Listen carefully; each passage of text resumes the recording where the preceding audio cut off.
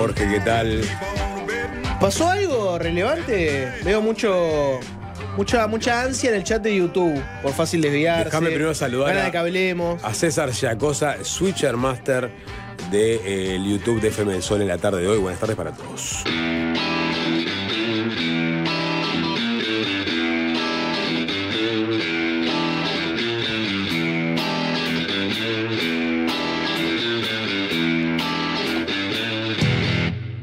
Efectivamente, Jorge, pasaron cosas. Hoy no es lunes de matices, queremos sangre, hoy no quiero tibieza, qué brava estará hoy. ¿Se cagó Batalla? ¿Por qué no fue? No, Nico Batalla está de licencia. No es que faltó hoy específicamente porque le duele. No, estamos todos, menos Nico que se tomó unos días de licencia, pero ya va a volver la semana que viene. Volvemos, Jorge, al 30 de marzo de 2023.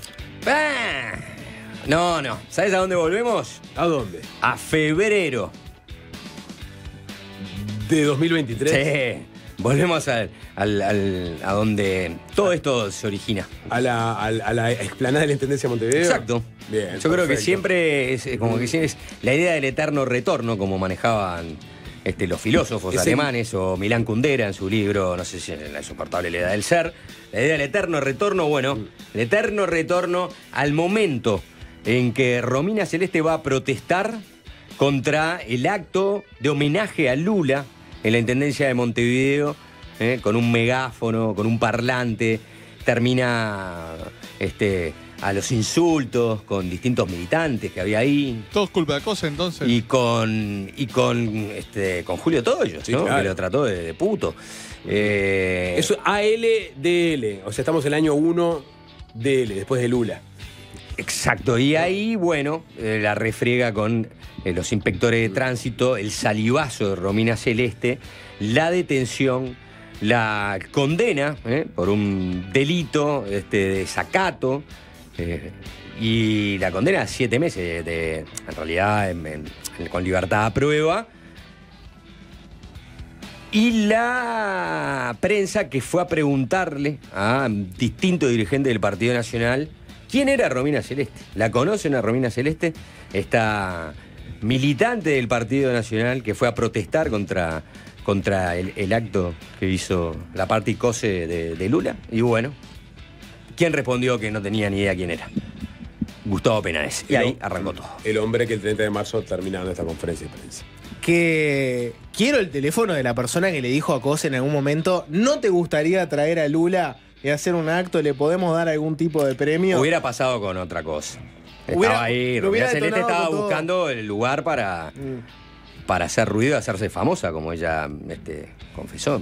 Sí, no estamos hablando de un efecto mariposa, era algo que casi predestinado, que en algún momento Romina, Si no era ahí, ¿no? buscando figurar, Iba a ser en otro acto, en iba otro a momento. incordiar a sus correligionarios y sus correligionarios iban a responder, la verdad que no la conozco.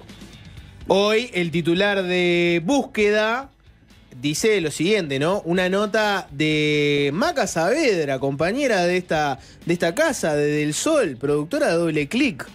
Orgullo de un país. Maca Saavedra hizo esta nota en Búsqueda que se titula: El presidente del Partido Nacional buscó que la fiscal Guione asumiera el caso Penades porque era su, comillas, amiga y afín a los blancos. Ese es el titular de la nota de Búsqueda, ¿no? La nota arranca con la conferencia de prensa que dio Pablo Iturralde como presidente del honorable directorio del Partido Nacional el 30 de marzo de 2023, como recordaba el Sapo. Ese fue ante un grupo de periodistas. Recordemos que el día anterior, el 29, había sido la conferencia, no sé si conferencia porque no aceptó preguntas, pero las declaraciones que dio La Penades. conferencia sí. de Penades en el Parlamento. Y fue en el Parlamento. La noche anterior Exacto. había sido la denuncia de Romina Celeste en el programa Hacemos lo que podemos, ¿no? Exacto, sí. Y bueno, Penades niega todos los hechos, dice que está siendo difamado, que él iba a recurrir a la justicia. Al otro día está esta conferencia de Pablo Iturralde. En la nota de Búsqueda recuerda sus palabras: el presidente del Partido Nacional se tiene que atener a lo que resuelven las instituciones. Vamos a escuchar qué es lo que nos dice la justicia. Una declaración muy medida, ¿no? Con respecto a esperar a que la justicia actúe y... Claro, no dejar había que todo siga. en ese momento no había una denuncia formal. No había una denuncia Claro, formal. En ese momento había una denuncia a través de un... Mediática. Una denuncia mediática, no había una denuncia formal. Unos días después sí, Romina Celeste hace la denuncia formal y algunas semanas después, el miércoles 12 de abril del año 2023, aparece una segunda denuncia. Perdón, pero Juan Gómez hace, digamos, se define que de oficio la fiscalía Actúe. Sí, obviamente. Pero no se había hecho todavía una denuncia formal. No. O sea, la Romina Celeste no había Y de la justicia ido a presentar, a Exactamente. declarar ni nada. La nota de búsqueda lo que dice es que minutos después de esa rueda de prensa, Iturralde le mandó un audio a Penades a través de WhatsApp para contarle sobre sus declaraciones que habían ido, entre comillas, en línea con lo que habían acordado ambos previamente. Búsqueda consiguió chats entre Iturralde y Penades. Están centrados en qué fiscal agarraría el caso del entonces senador nacionalista. Y bueno, en aquel momento, como recordaba el Sapo, el fiscal de corte subrogante, Juan Gómez, había ordenado que la denuncia se investigue de oficio. En ese momento, el Departamento de Depuración, Priorización y Asignación, la famosa DPA, se lo asignó a Mariana Alfaro. Esa fiscal recurrió a la decisión, algo que pueden hacer los fiscales, cosa que Iturralde compartió en los chats con Penades. Los que quieran ver los chats lo pueden hacer en la transmisión de YouTube en la que estamos ahora. Vayan a YouTube, al canal de Del Sol. Igual los vamos a leer, ¿no? Podemos ver ahí los chats, ¿no? Iturralde comparte una nota del diario El Observador con esta información que les comentaba de la fiscal y escribe lo siguiente. Esta es una gran HDP. Fue la que pidió el allanamiento azul por el tema violación y está con tema océano. Le tiré a matar hoy y se cagó. Entendió el mensaje. La que sigue, es Guione. Si hay una lógica, se tendría que dar a ella. Y después pone, Guione es mi amiga. A estos mensajes, Penades contesta, ojalá. Claro, ahí en ese momento, desde el punto de vista de la fiscalía, cuando Romina Celeste... Porque se baja todo el tiempo esto. Perdón, Hay que decir que Alfaro, no tengo claro si es... Bueno, acá lo que está diciendo Iturralde es... ¿Podemos ahí, Uni? Mientras te lleno el hueco. Estoy. ¿Estás? Dale. Sí, no tengo problema de volúmenes acá. Bueno, nada, que Alfaro estaba de turno cuando Romina Celeste divulga por primera vez ese fin de semana. Porque después va al programa Hacemos lo que podemos y lo confirma, ¿no? Entonces, le cae básicamente a la fiscal Mariana Alfaro por estar de turno cuando primera vez denuncia haber sido explotada sexualmente ese fin de semana. Claro, se recusa de participar en el caso Mariana Alfaro. Mariana Alfaro que tenía otros casos pesados, ¿no? Entre ellos todo el caso de lo que es la Operación Océano. Y quien sustituye en el turno de Alfaro es la fiscal Alicia Guione. Por ende, y eso es lo que de alguna manera dice, si se da la lógica, cuando dice eso en ese chat el presidente, en ese momento del Partido Nacional, Pablo Iturralde, si se da la lógica, bueno, si recusó Mariana Alfaro, le seguiría la fiscal Alicia Guione y quedaría el caso para ella. Y es lo que termina pasando, porque... Pará, pero perdón, yo quiero terminar porque acá esto sucede. Alfaro declina de hacerse cargo del caso el mismo día en que Iturralde le manda esta información a Penades. El 30 de marzo. Y él dice, esta es una gran HDP, hablando de Alfaro, porque era la que estaba atrás del allanamiento azul, Océano, etc. Le tiré a matar hoy y se cagó. Refiriéndose a sus declaraciones públicas. Le tiré a matar hoy y se cagó. Entendió el mensaje. La que sigue es Guione. Yo no sé si ustedes... ¿Querés interpretar qué dice acá? Que porque yo no estuve buscando a ver si Iturralde ese día en la mañana hizo declaraciones en contra de Alfaro y recibió el mensaje, digamos, ella, y declinó de hacerse cargo del caso y sabía que Guione venía en segundo lugar. O le tiró internamente, o dice que le tiró internamente a Alfaro, o le tiró a Gómez. La tiré a matar hoy. No sabemos cómo le tiró a matar, ¿no? Desde el punto de vista metafórico, claramente. Si no le hubiera matado. No, le hubiera herido, por lo menos. ¿Cómo que? No sé si. Yo creo que lo que a mí me da la sensación es que son declaraciones públicas que habría hecho Iturralde. En ese momento, ¿no? Como diciendo, hoy le tiré a matar. Y recibió el mensaje. Y se bajó. Claro. No se dedique que él logró que ella pidiera que no se le asignara el caso. Sí. Eso es lo que yo interpreté también, Sí, pero como sí, no sí. encontraba la declaración específica. Parecería ser esa, ¿no? Lo que se está arrogando Iturralde, ¿no? De haber salido al ruedo con declaraciones duras y que, según su interpretación que le manda a Penades, el mensajero entendió. Bueno, eso es una interpretación. Claro. La interpretación que nosotros estamos haciendo sobre algo que Iturralde le dijo a Penades, sí. que tampoco sabemos si es cierto o no. Sí. Pero bueno. Yo creo que es importante ese pasaje. Que primero ¿no? habría que, y yo tampoco las encontré, primero habría que ver si durante ese día hubo en algún lado una entrevista, ¿no? Algo donde una declaración de Pablo Iturralde, si está hablando de eso, de declaraciones públicas, o si está hablando de otra cosa. Claro, exacto. Yo entiendo lo mismo que entienden ustedes, que él hacía referencia a que con sus declaraciones públicas en la conferencia había logrado de alguna forma ejercer presión para que no sea ella la que agarre el caso. Yo entiendo eso. Después alguien eventualmente le preguntará a Pablo Iturralde qué significa esto. Por ahora no ha hablado del tema, ha dicho otras cosas que después las vamos a analizar.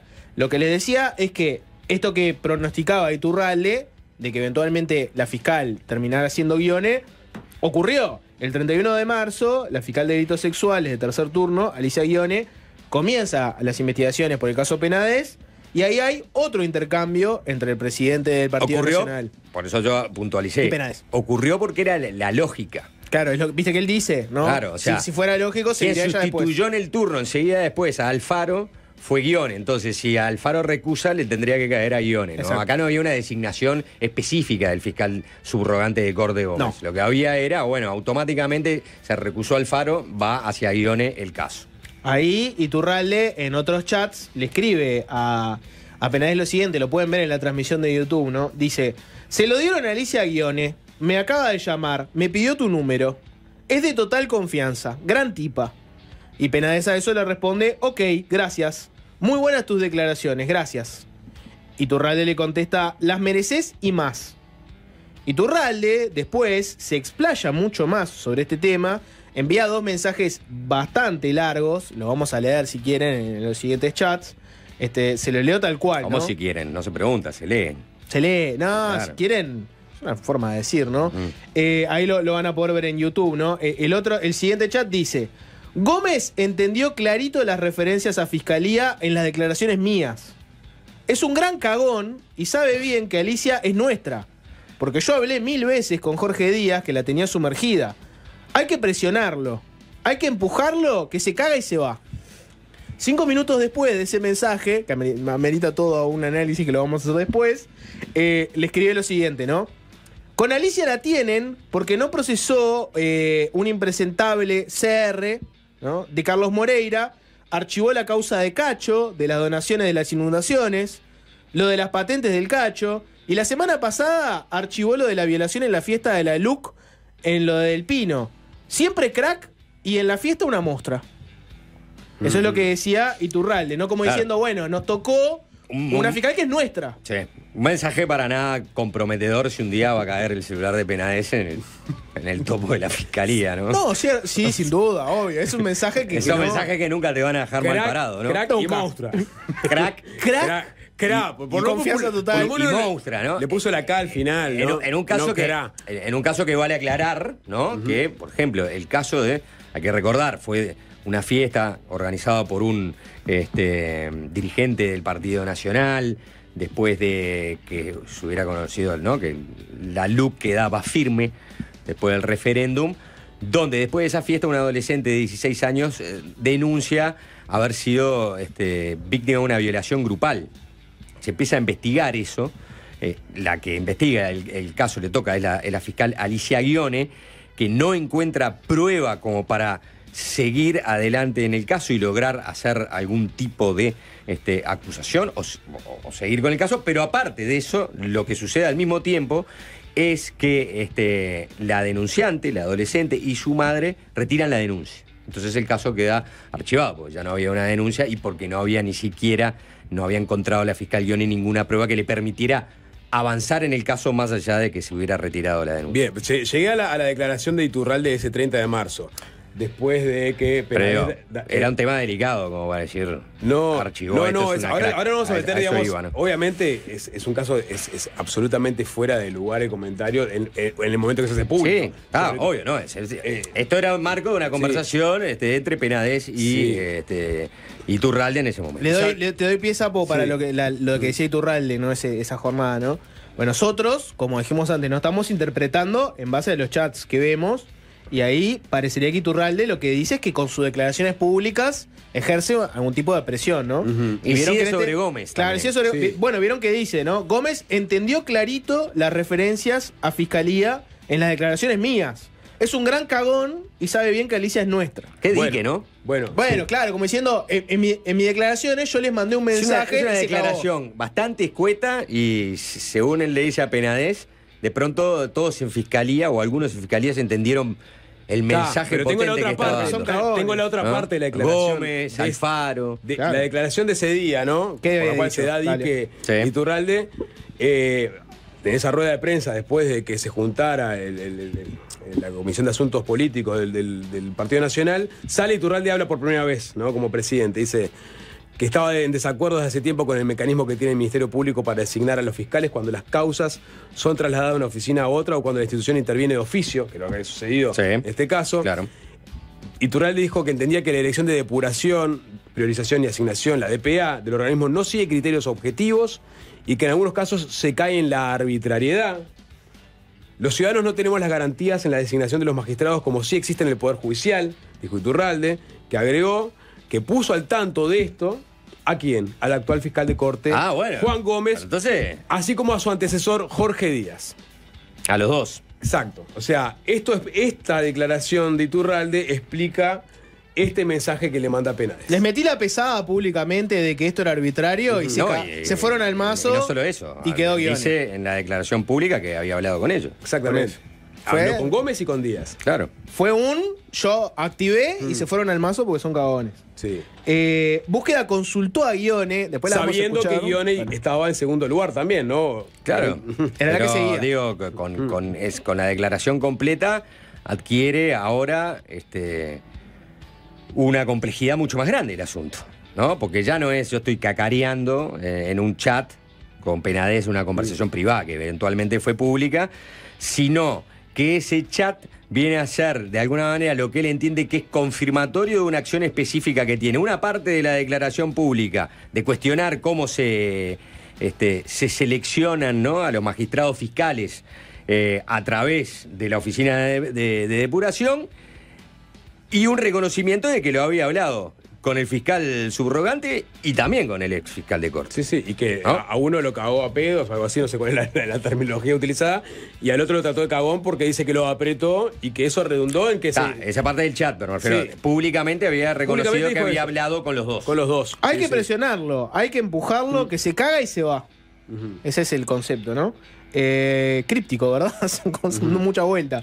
Bueno, Búsqueda. ahora esto queda, va sobre Díaz, ¿no? Porque Díaz está fuera de la fiscalía. Pero sobre la actuación de Gómez cae ahora también esta declaración de su momento, con esta confirmación a través de un chat, como que la incidencia fue muy específica. Bueno, a ver si realmente existió, si hubo esa conversación, de qué hablaron Gómez y Iturralde en aquella oportunidad entonces. Búsqueda le preguntó a Guione por estas declaraciones de Iturralde, ¿no? Alicias nuestras, similares. Ella contestó, también habló en Radio Sarandí, lo vamos a escuchar. Pero antes, me gustaría, si quieren, vamos a arrancar un poco de las repercusiones, ¿no? La repercusión más importante, obviamente, es que Pablo Iturralde presentó la renuncia como presidente del honorable directorio del Partido Nacional. Ahí lo podemos ver si quieren. Él hizo un anuncio, por primero en sus redes sociales, y un tiempo después, pasado un tiempo después de que hace el primer anuncio cortito en sus redes sociales, él hace una carta más formal, la pueden encontrar en sus redes sociales. En esa carta dice algunas cosas que podemos analizar, ¿no? Por ejemplo, en un pasaje, la carta de la renuncia de Iturralde dice lo siguiente: la noticia respecto a que ejercí algún tipo de incidencia en la asignación del fiscal en el caso del ex senador Penades es absolutamente falsa. O sea, Iturralde lo que dice en su carta de renuncia al cargo es que él no incidió en nada en las cosas que pasaron, ¿no? Que no tuvo incidencia ninguna. Después dice que hoy de mañana le solicitó a Fiscalía que inicie una investigación de oficio para esclarecer el tema. Básicamente Iturralde dice, yo le pedí a Fiscalía que investigue todo para comprobar que yo no incidí de ninguna forma en lo que pasó. Y después dice lo siguiente en la carta. Dada la sensibilidad política del asunto, siento que es mi deber priorizar el interés del país y de mi partido sobre cualquier pretensión personal. Y por eso presento la renuncia. Bueno, básicamente él entiende que no renuncia porque haya cometido algo mal, que dice que es mentira, sino que lo hace para no complicar al Partido Nacional en este momento con este tema. Esa es la carta de renuncia de Pablo Iturralde. Y bueno, ahí da para analizar, ¿no? Si la renuncia alcanza, si no alcanza, qué pasó. Tenemos toda una ronda de opiniones varias, ¿no? No, se abre el flanco de que diga Gómez eventualmente sobre esa conversación que tuvo con Iturralde. Sí, me parece que eso es una de las más importantes. Y ahora la punta más importante es esa, claramente, ¿no? Es decir, porque para empezar, la fiscal Alicia Ghione ya habló. En tal caso, los hechos la respaldan, ¿no? La fiscal Alicia Ghione actuó en el caso Penades y pidió la imputación por 22 delitos. Sí, cayó una trama paralela. Y cayó una trama paralela donde ya hay condenados, es decir, la investigación de la fiscal fue a fondo. Cayó la trama paralela, ya está condenado quien fue el responsable de armar el esquema de investigación de los denunciantes, a pedido de Penades, el ex del Comcar, el oficial Taroco. Y bueno, y ahora va a arrancar el juicio oral contra Penades. En este contexto, con estas declaraciones, con las declaraciones también de quien le hizo la denuncia falsa a Orsi, Paula Díaz, diciendo que Romina Celeste había... ¿no? Le dijo que inventó todo. Inventó todo, exactamente. Bueno, perdón, igual Ghione queda muy expuesta. Muy expuesta, muy manchado su nombre, a pesar de ella. Queda expuesta por las declaraciones casi por Pablo Iturralde. No es que ella se expone, ¿no? Porque en algún incluso momento se pone arriba de la mesa el tema de que ella se conocían de la CGU, de la militancia estudiantil, pero ahora salió que también había participado en una lista en el 94. En el 94. Es decir, se puso una lupa mucho más grande sobre alguien de la cual no se sospechaba que pudiera eventualmente tener algún tipo de perfilismo político. No. Más allá de que hay felicitaciones públicas por su cumpleaños a Ghione en el año 92, un tuit de Pablo Iturralde, amiga, le dice. Feliz cumpleaños. pero podrían ser amigos. Dice que es su amiga, y la amistad surge de que en algún momento coincidieron desde el punto de vista de la afiliación política. En la sindical, en la estudiantil, mejor dicho, el gremio estudiantil, en la CGU, y después compartimos una lista en el año 94. Sí, hace 30 años, ¿no? Es un dato. Eso no socava la actuación de la fiscal Ghione ni la pone en tela de juicio. Pero Iturralde sí socava él sí.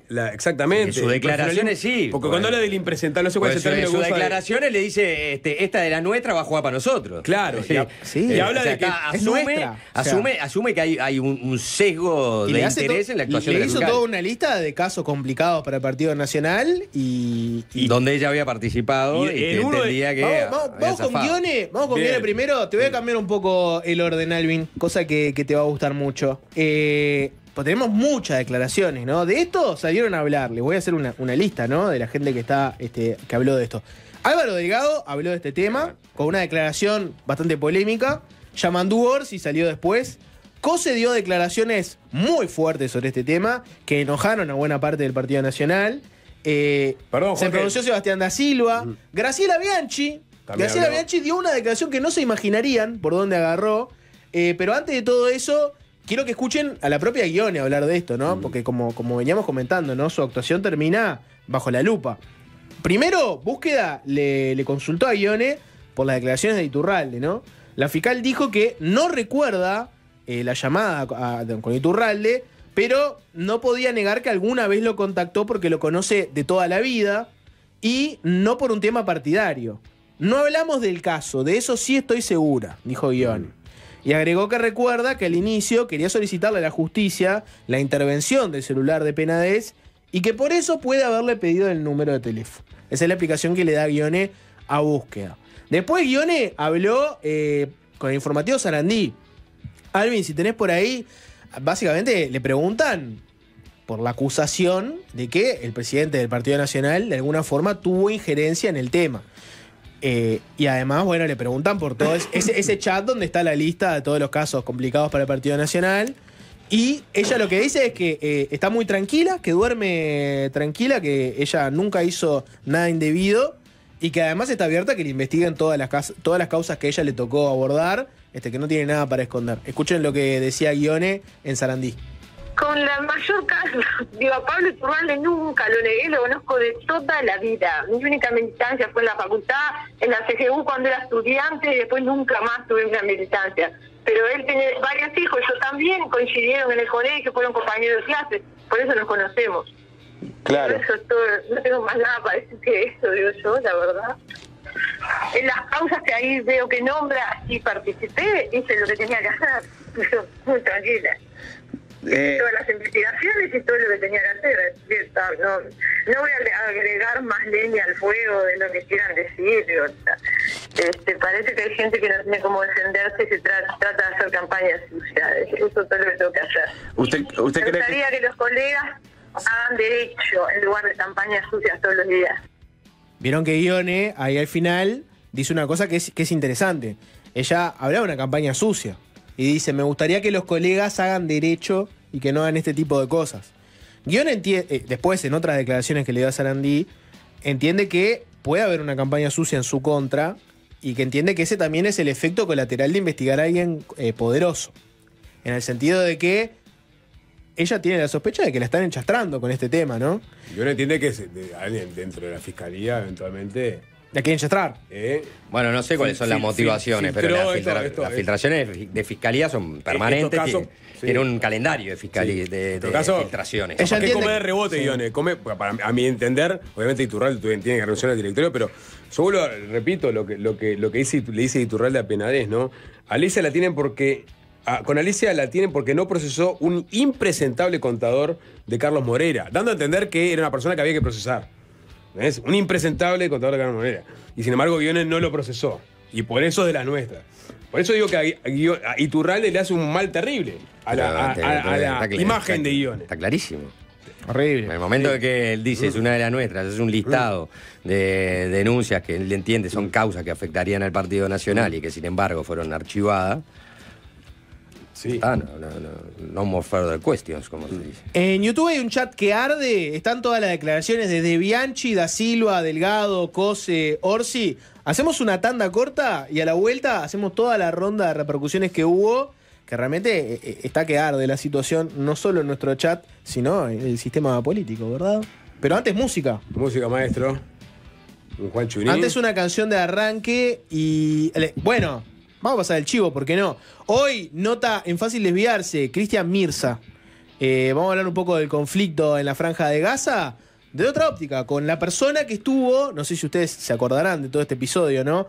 Con los presos de Guantánamo. ¿Se acuerdan? Cristian Mirza es, aparte de docente de Facultad de Ciencias Sociales, es vocero de la Coordinadora por Palestina. O sea, es una persona Exacto. que hace 30 años está militando por la causa palestina acá en Uruguay. Uno de los referentes pro-Palestina que hay en Uruguay. ¿Qué tiene para decir del conflicto de la Franja de Gaza? Es diputado suplente del Frente Amplio, es decir, es una persona con múltiples actividades de alto perfil, pero una de sus banderas principales es la defensa de la causa palestina. Sí, jornada tranqui en Fácil Desviarse, pero antes de seguir con las repercusiones de esto de Iturralde y Penades, y antes de la entrevista con Mirza, tenemos que escuchar esa canción de arranque que hoy le toca a nada más y nada menos que él, Juan Chuní. Te faltaron 5 palabras más para estirar. Bastantes. Sí. Podemos poner la canción de default, si no. Ramones, damas gratis. Gracias, Alvin. No, ella de base. Perfecto. Muchas cosas como para tratar de acordarme una canción. ¿La música tiene un lugar secundario en días como hoy? Cuando se pica con música Penades. de arranque nunca se levanta. Training Bane de los Clash. Bueno, después de la tanda, sigamos porque hay mucho material. Estamos hablando de la nota de búsqueda que salió sobre los chats entre Pablo Iturralde, el ex presidente del Honorable Directorio del Partido Nacional, y Gustavo Penades, ex senador nacionalista. En aquel momento habían intercambiado chats con respecto a qué fiscal le iba a tocar a Penades. Y bueno, lo que Iturralde daba a entender en esos chats es que él había ejercido algún tipo de presión para que finalmente la fiscal fuera Alicia Ghione. Eso es algo que la propia Ghione Iturralde lo hizo.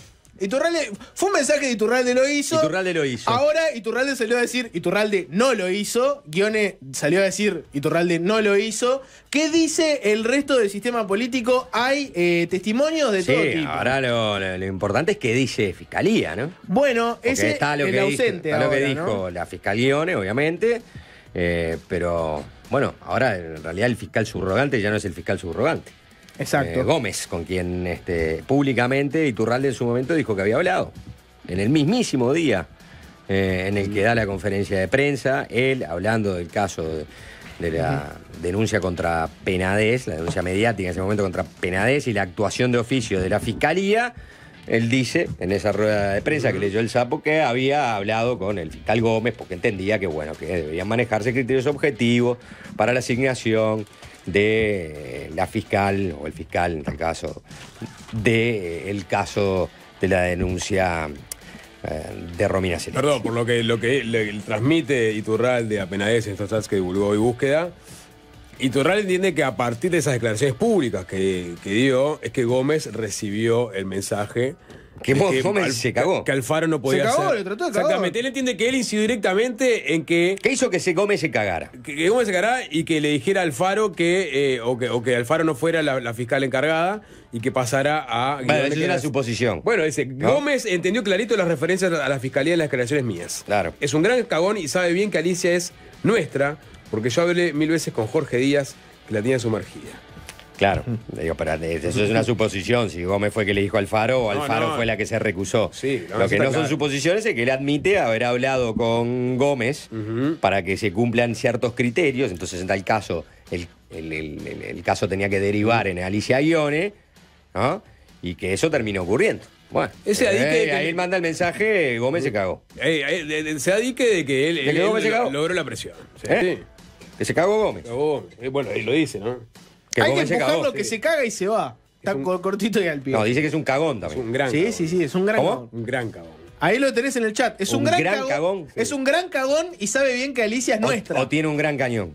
No dijo Bueno, no, eso. claro. Si no sería titular en todos lados. Repercusiones varias. Álvaro Delgado, precandidato nacionalista, habló de este tema de mañana en una rueda de prensa. La van a poder ver por YouTube. Si no, la escuchan. Se pronunció sobre este tema. Y bueno, por un lado, habló del caso en sí, pero también habló de la renuncia de Iturralde, porque cuando sale a hablar Álvaro Delgado, Iturralde ya había presentado la renuncia, y para Delgado se fue un acto valiente. Escúchenlo. Acabo de hablar con el presidente del directorio del Partido Nacional, que acaba de comunicar la decisión de renunciar como presidente del directorio. Es una actitud que valoro especialmente. Conozco mucho a Pablo Iturralde de muchos años, desde la militancia estudiantil, universitaria, hasta la militancia política, un blanco de toda la vida, una gran persona, integrante de una espectacular familia. Y estaba ejerciendo la presidencia del directorio con gran tesón, con gran dedicación, con mucho esfuerzo. Y la verdad se lo reconocemos. Obviamente hoy salen a la luz algunas publicaciones privadas que hoy nosotros nos enteramos por la prensa y me pareció correcto, prudente y valiente la decisión del presidente del directorio de este tipo de conversación privada no puede involucrar, y personal, que no involucra al partido, no pueda en alguna medida condicionar al resto del partido en cualquier tipo de derivación política, así que tomó la decisión de renunciar y bueno, me lo acaba de comunicar y yo públicamente se lo valoro especialmente. Bueno. Mucho para analizar. En Minas, ¿no? Era Sí, esto. Comunicación no verbal de la gente que César, rodeaba a Delgado. Juanjo, ¿pueden poner el video Estaba Adriana Peña, sin reproducirlo? ex intendenta de La Valleja. Sí. Y bueno, Y el puntero político local también, Quiero imagino, imagen. que le aguaron la fiesta Quiero con esa imagen. noticia. y bueno, varios, ¿no? De los que Sí. estaban ahí, que conformaron esa conferencia de prensa improvisada, que seguramente ya la tenían en mente. ¿Le podemos hacer en el zoom momento al en que el está que atrás? estaban cumpliendo con la agenda electoral, ¿no? Bueno, y ya sabías, Ahí, desde las pausa. primeras horas de la mañana. De las primeras horas de la mañana. Sí, hay como. Quiero pausa y zoom a la persona que está atrás de Delgado con la es ahí. Ahí, quiero esa imagen. Es la imagen de alguien que está escuchando Es un increíble. obituario. No, hay tres posibilidades. Está ahí. muerto, está muerto en No, vida. hay tres posibilidades. Muerto en vida. A, se tentó. No. No se tentó, no se tentó. Está poniendo Hay cuatro posibilidades. Mejor gesto de no sé cómo. No, perdón. Hay cuatro posibilidades, después seguimos con el tema. Y vamos a lo relevante. Uno, se tentó. Pero me parece que este caso, Un provechito también.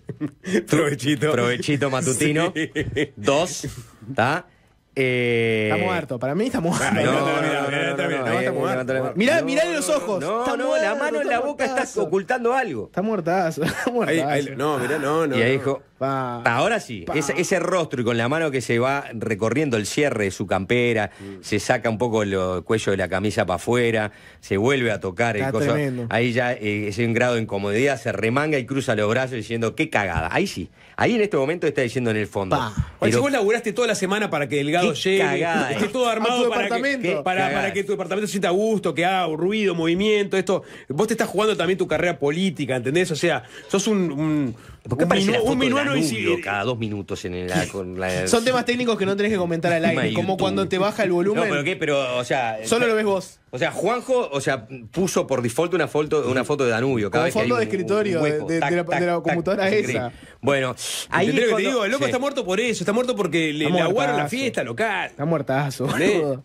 Sí, se la aguaron, sí, claramente. Porque claro, todas las marcas se les llevó esta noticia. Y Delgado, en vez de decir, no, Mina, La Valleja, el trabajo que está haciendo la mitad de La Valleja no tiene parangón en el país, y esto y lo otro, no, dice, no, cara de ejecución.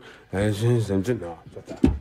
Me arruinaste el día. Saliendo del lenguaje no Pablo verbal. Iturralde. Saliendo del lenguaje no Porque está verbal. pensando en Iturralde. El estofado que estaban haciendo para ese mediodía. por ¿no? favor. Estaba ideal estaba para estofado hoy, ¿no? Claro. Saliendo del lenguaje no Pero verbal. se lo había cocinado Iturralde con Sí. una conversación de chats hace como un año. Vieron que en el contenido de lo que dice Delgado, Delgado entiende que esto no compromete al Partido Nacional, Importa el pero contenido. que termina teniendo que presentar la renuncia de Iturralde por, bueno, el entender razonable que tendría todo el mundo de que políticamente Lo compromete si él siguiera siendo el presidente del Partido Nacional. En el momento bueno. de renunciar le quita responsabilidad porque es como una acción en solitario por parte, lo que obviamente no le suma al Partido Nacional lo que hizo Iturralde. sí. O sea que hay me parece que hay tres cosas ahí, ¿no? Igual es difícil, ¿no? ¿En qué momento una acción que hace el presidente de un partido político la puedes enmarcar simplemente como que es algo que no trasciende, ¿no? No. Es difícil. Afecta al Partido Nacional, no lo compromete de aquí en más. al Ese es el Partido tema, Nacional. Porque claro. bueno, tal, Ese es el loco tema. renunció, actuó mal, renunció. En el caso perdón, eran tres, dije dos. No importa, no tenés por qué tener una tercera. No, pero dije, había dicho tres hace 2 segundos atrás. No sé cuál era la tercera porque no la Y conté. bueno, no me acuerdo. Era un tema otro. Estamos otro. con dos. Yo creo que es la declaración de Bueno, está la declaración de carpeta. Delgado sobre la renuncia de Iturralde, como dice Jorge. Ahí tenés, si querés analizar otra cuestión, es qué es lo que dice Delgado en función de lo que había pasado. Claro. El principal candidato del Partido Nacional, según las encuestas, el que va a ir a octubre, eventualmente, si hay un balotaje, según las encuestas, hoy en día es el que va a llegar al balotaje, tiene que caminar entre la línea fina de no matarlo a Iturralde, pero bueno, también reconocer que la situación es complicada y que el tipo tenía que renunciar.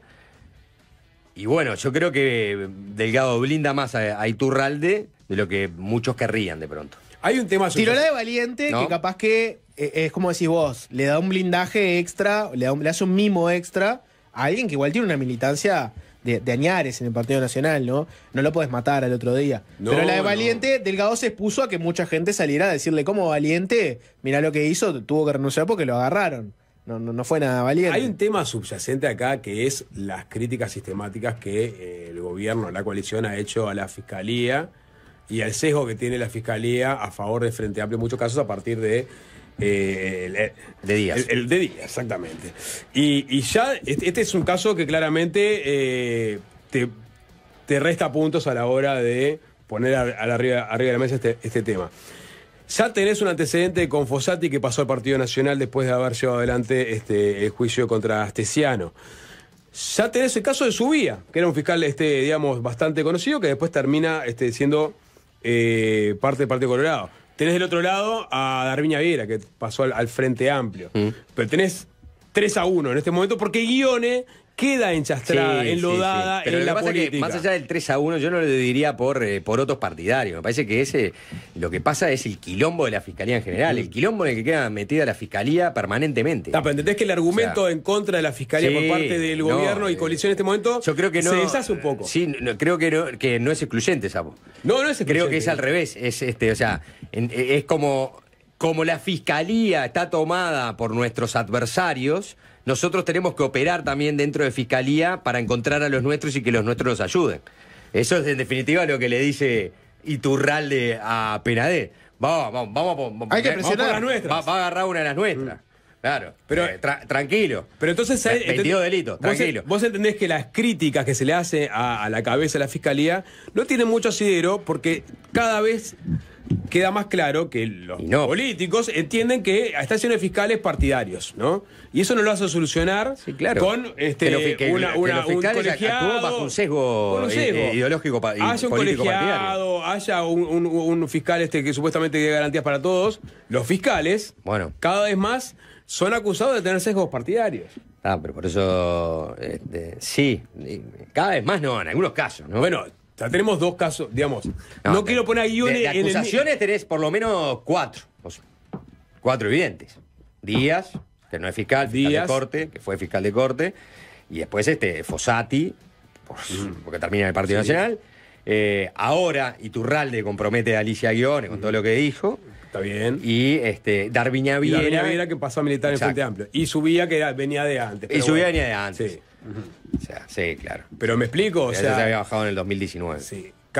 Se acumulan casos que hacen que la discusión sobre la cabeza de la Fiscalía, no sé si es estéril, pero en realidad el fondo es que... Una fiscalía céfara de alguna manera, porque nunca el sistema político se puso de acuerdo para nombrar a un nuevo fiscal de corte.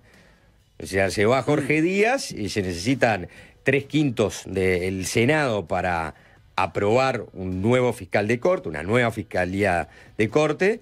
Fiscalía de corte no, una nueva fiscal o un nuevo fiscal. Y no se pusieron de acuerdo.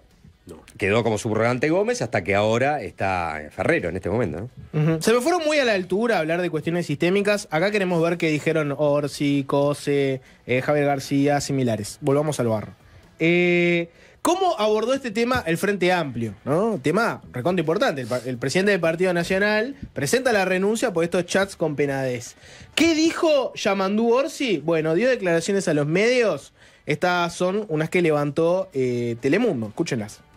Que se podía esperar a partir de la divulgación de una conversación que creo que comprometa a todo un partido y a una gestión de gobierno. Lo peor de todo es que queda la suspicacia o la sospecha de que alguien de repente pudo haber operado. Entonces yo creo que esto hay que seguirlo investigando más allá de la renuncia.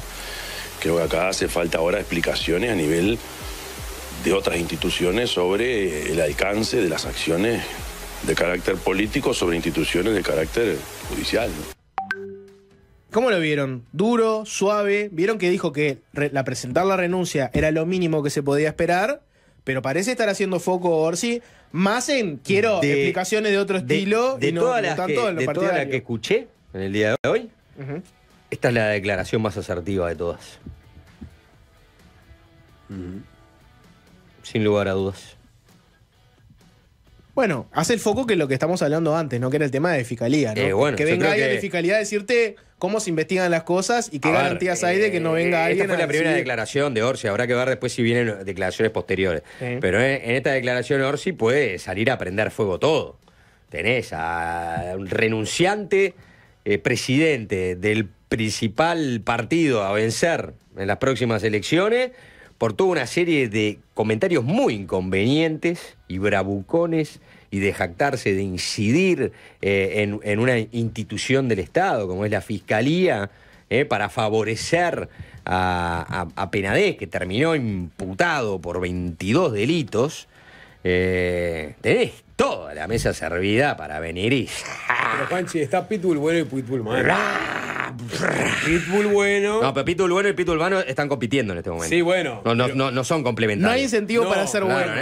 En este momento Pitbull bueno y Pitbull bueno y Pitbull malo, ahora el No digo que Pitbull sea malo comple- sería Cose. Claro, no digo que sean Bueno, complementarios, está. digo que Orsi en este momento, y más con digamos, la seguidilla judicial que ha tenido Orsi, la primera declaración tenía que ser en este tono. Está bien. En este tono. Yo lo que te digo es que me pareció la declaración más asertiva, no sé cuáles son las motivaciones.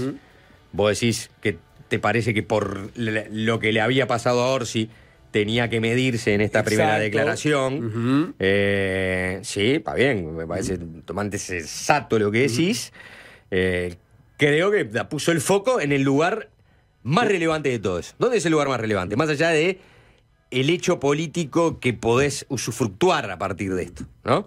Lo relevante es, vos, acá realmente hubo una incidencia, como Iturralde se jacta, en el fiscal de corte para que el fiscal de corte interviniera y le pidiera a una fiscal que recusara para que agarrara a otra fiscal que era la que convenientemente el presidente del Partido Nacional creía que iba a ser favorable para un caso que tocaba a uno de los principales dirigentes del Partido Nacional con una denuncia de explotación sexual.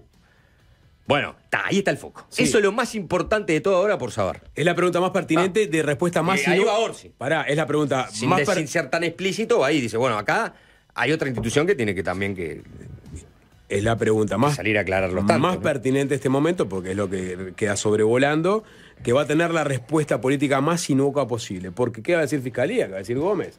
Herrero, no, acá no hubo ningún tipo de presión de nada. O sea, Se va a abrir una Alfaro- investigación como pidió Iturralde. Alfaro Seguramente digan desistió Estamos. de agarrar el caso porque estaba en otra cosa y Guiones venía. Acá no hubo ninguna presión.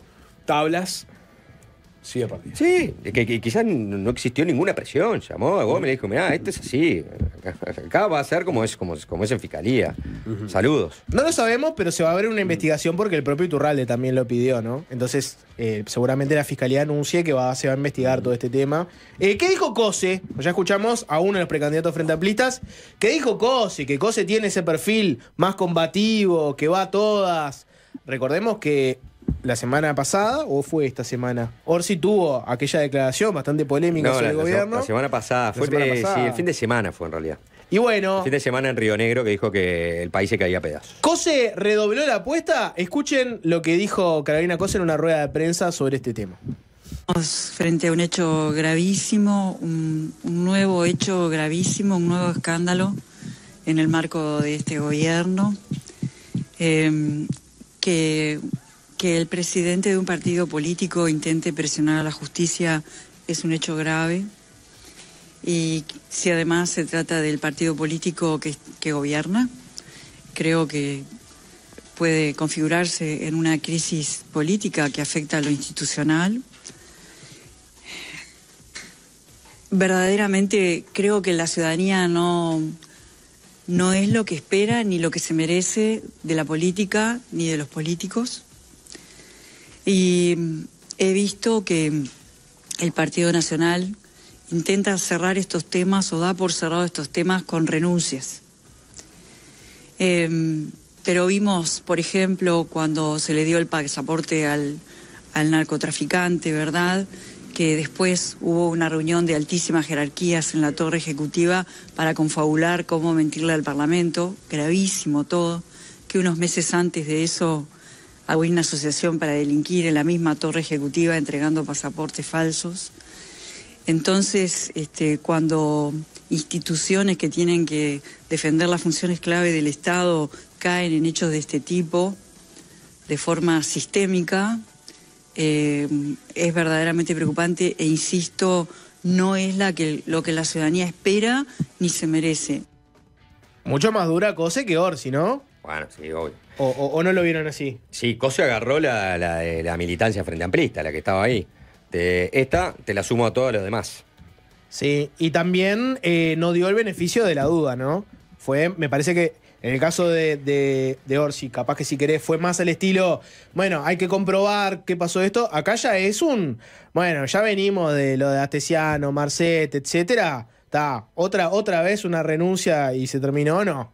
Yo entendí eso, ¿no? No, eso sí. Como que no le da más el beneficio de la duda. Arregla todo con renuncia. Bueno, en este caso, en realidad, renuncia, pide que se investigue Iturralde. ¿Qué más se puede hacer? Sí, no hay... Prenderlo fuego en la vereda de la Casa del Partido Nacional. No hay mucho más para hacer por ahora, ¿no? Bueno, o matarlo con declaraciones durísimas, Iturralde, no sé. Bueno, eso ya vinieron, ya las declaraciones... Ya van a venir. Ahí, la vuelta, se están matando. ¿Quiénes? Y la oposición. No, yo estoy hablando del Partido Nacional. Todo se arregla con una renuncia. En este caso en particular, el tipo tenía que A, renunciar, B, ¿está acusado de un delito? No. Se sabe que efectivamente él logró que cambiaran a la fiscal. Y si hubiera sido así, ¿quién es el que cometió, en tal caso, vamos a decir, mínimo un delito de moral? El fiscal que aceptó y presionó a otra fiscal para recusar el caso. O sea, el caso ahí ya va sobre fiscalía. Lo único que puedes esperar es que Iturralde haga digamos, sobre lo que ya se publicó, perfectamente puede hacer un pedido de disculpas. Un pedito de disculpas de no hice mal en tratar de cagón a un fiscal de corte, podría haber metido. Sí. No lo metió, ¿no? Y darte dique de que vos el de poronga, que no sé qué, que pueda hacer a mi declaración. Tratar de tratar de cagón a alguien. Que sacara el látigo y se autoflagelaba. Pido disculpas. Ahí en la Plaza Matriz. La mínima, ¿no? En una carta. Pido disculpas si ofendí. Capaz que podría haber jugado un pido disculpas si ofendí, ¿no? Vamos a la tanda. Era insuficiente. Hace eso y vos tenés que hacer un pedido de disculpas. No hubiera cambiado nada. Pero era un gesto. Por lo menos tenías el gesto. Sí, nadie le ha chupado un huevo a todo el mundo ese gesto. Vamos a hablar con el profesor Cristian Mirza. Él es también diputado suplente por el MPP. Él es una persona que desde hace décadas milita por la causa palestina. Ha sido el encargado de la vocería de la Coordinación por Palestina durante todos estos años.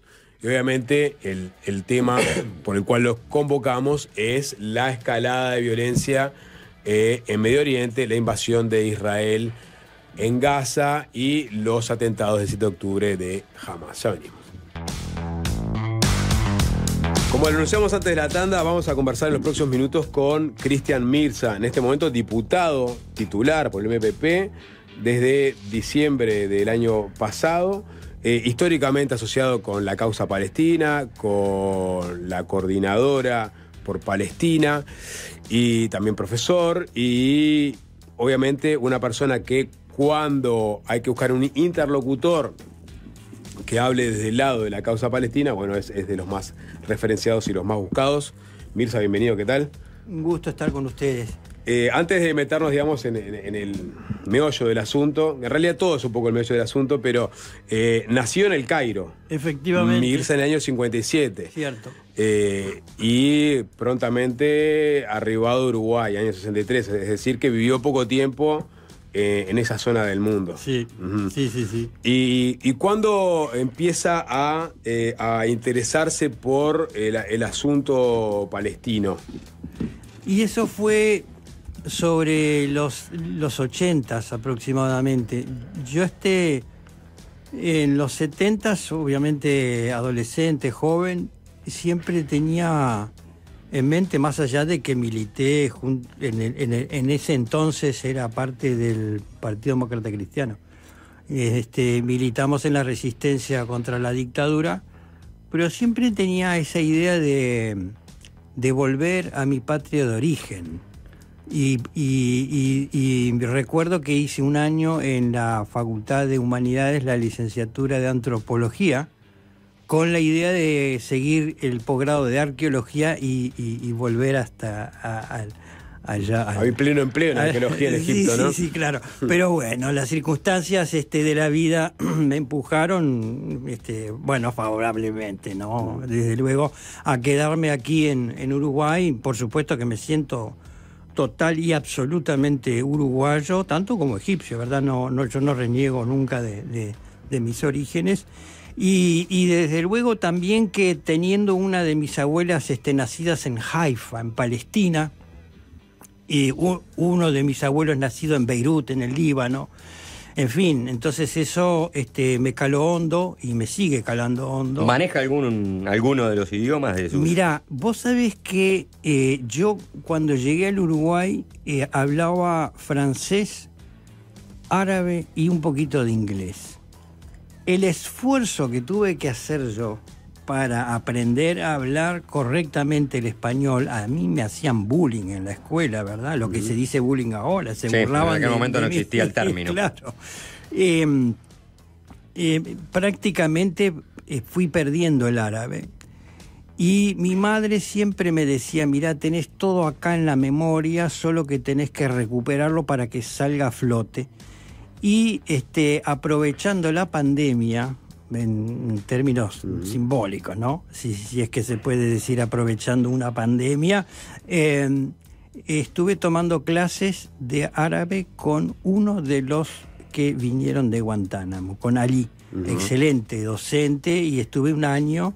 Y bueno, ahí más o menos, pero poco rudimentario. Es muy difícil, pero no tiene nada que ver con el español, nada que ver. Dos troncos distintos. Otro paradigma. No. Siendo la pregunta, ¿no? La década del 80, digamos, empieza a interesarse por la causa palestina, coincidiendo con la primera intifada, capaz, sí, ahí más o menos. Sí, claro, y además yo tengo recuerdos. Tengo un recuerdo que es brutal, porque ¿cómo es posible que un niño de 5 años recuerde haber visto a Gamal Abdel Nasser? Bien. En hombros de mi padre, en un desfile en donde Gamal Abdel Nasser, ante millones y millones de egipcios que lo aclamaban, desfilaba en un impala negro, de pie, con un traje negro, saludando a la multitud.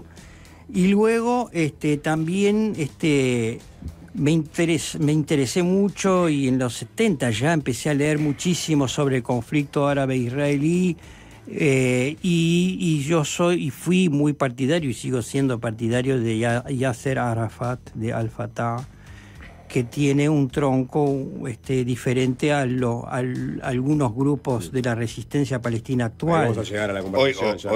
Hoy en día, si se quiere, Al-Fatah es el grupo secularista, de alguna manera, de las dos ramas que hay hoy en día en Palestina.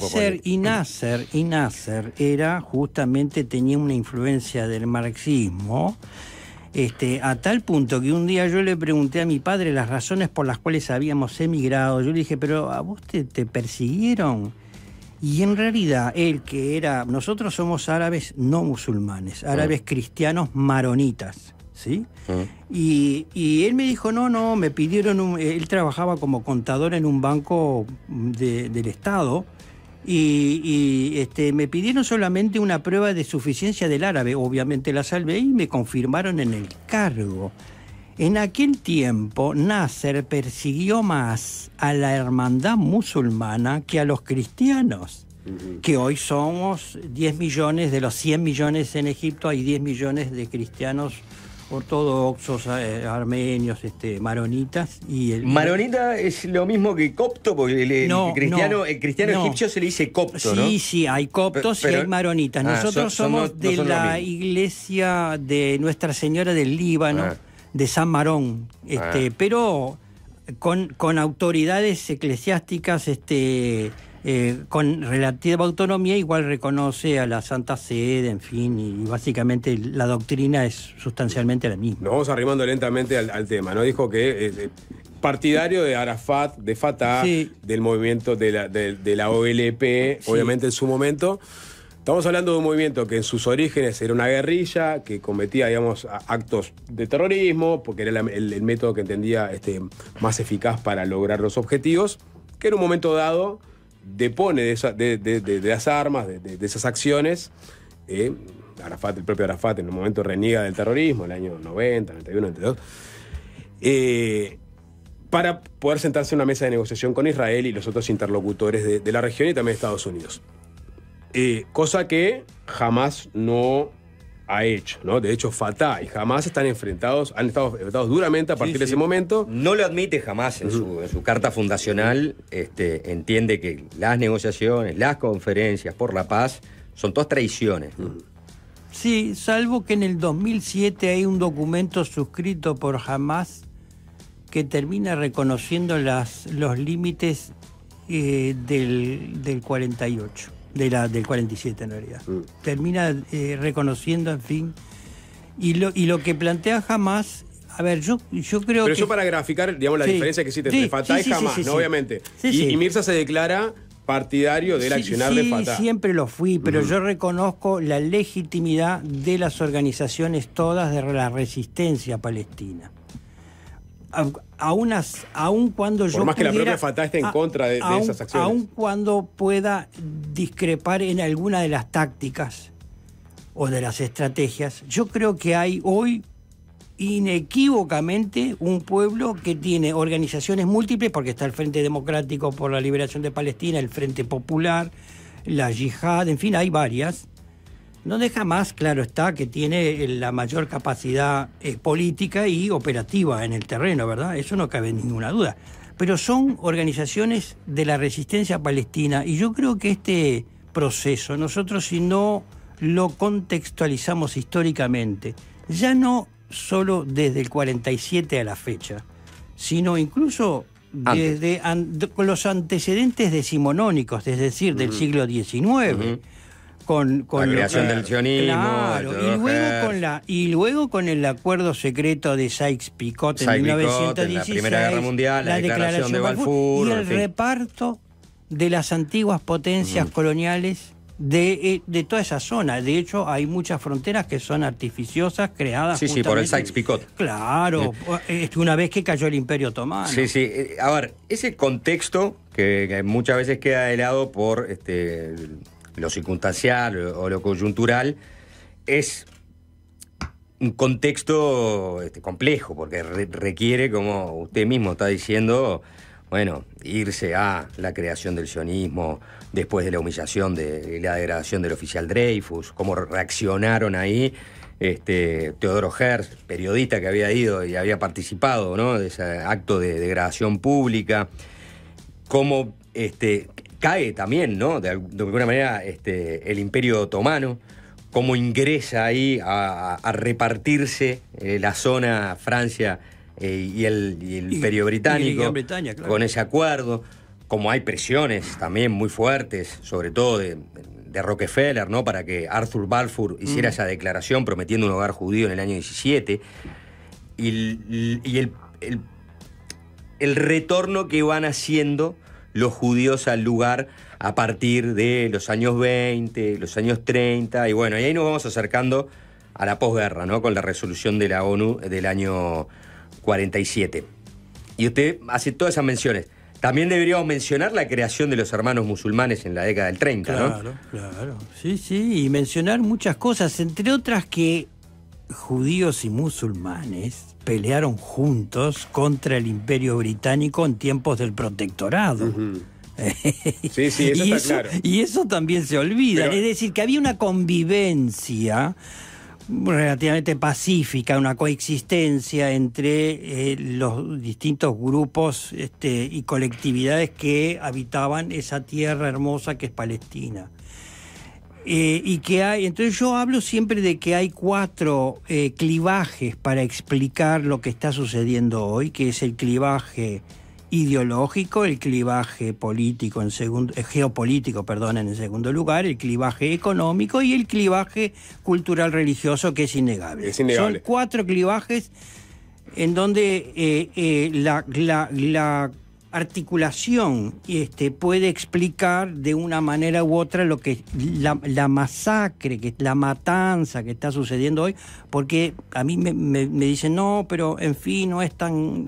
¿Cómo no es tanto? Ya vamos es a llegar un genocidio, a la es una hora, limpieza le étnica. parece, Mirza, pero sí, antes, porque Juanchi hizo como un recorrido de digamos, Sí, la génesis del conflicto, pero ha pasado mucho agua bajo el puente y se han dado mojones muy importantes. Obviamente que el 67 es muy importante. Sí, los acuerdos de Oslo. Los acuerdos de Oslo son muy importantes. Claro. Y capaz que hay que tomar algún punto de partida para entender en el momento en que nos encontramos, ¿no? Este conflicto particular. Y por eso yo traía el momento en que la OLP define declararse como una organización no terrorista. ¿Por qué? Porque era una condición sine qua non para poder sentarse en una mesa de negociación y eventualmente alcanzar algún tipo de acuerdo, que era básicamente que Palestina tuviera territorios propios gobernados por ellos, cosa que se logra en el acuerdo del 93 y que rápidamente se desarma con el asesinato de Rabin y bueno, la ciudad de Netanyahu, el accionar de Hamas, pero ahí hubo lo más y la supuesta o la sospecha de la muerte de Yasser Arafat, que también hay... Eso es un poco más adelante del tiempo. Bueno, sí, pero no es algo que esté corroborado. Bueno, habrá sospechas, suspicacias. Pero es clave eso también. Se logra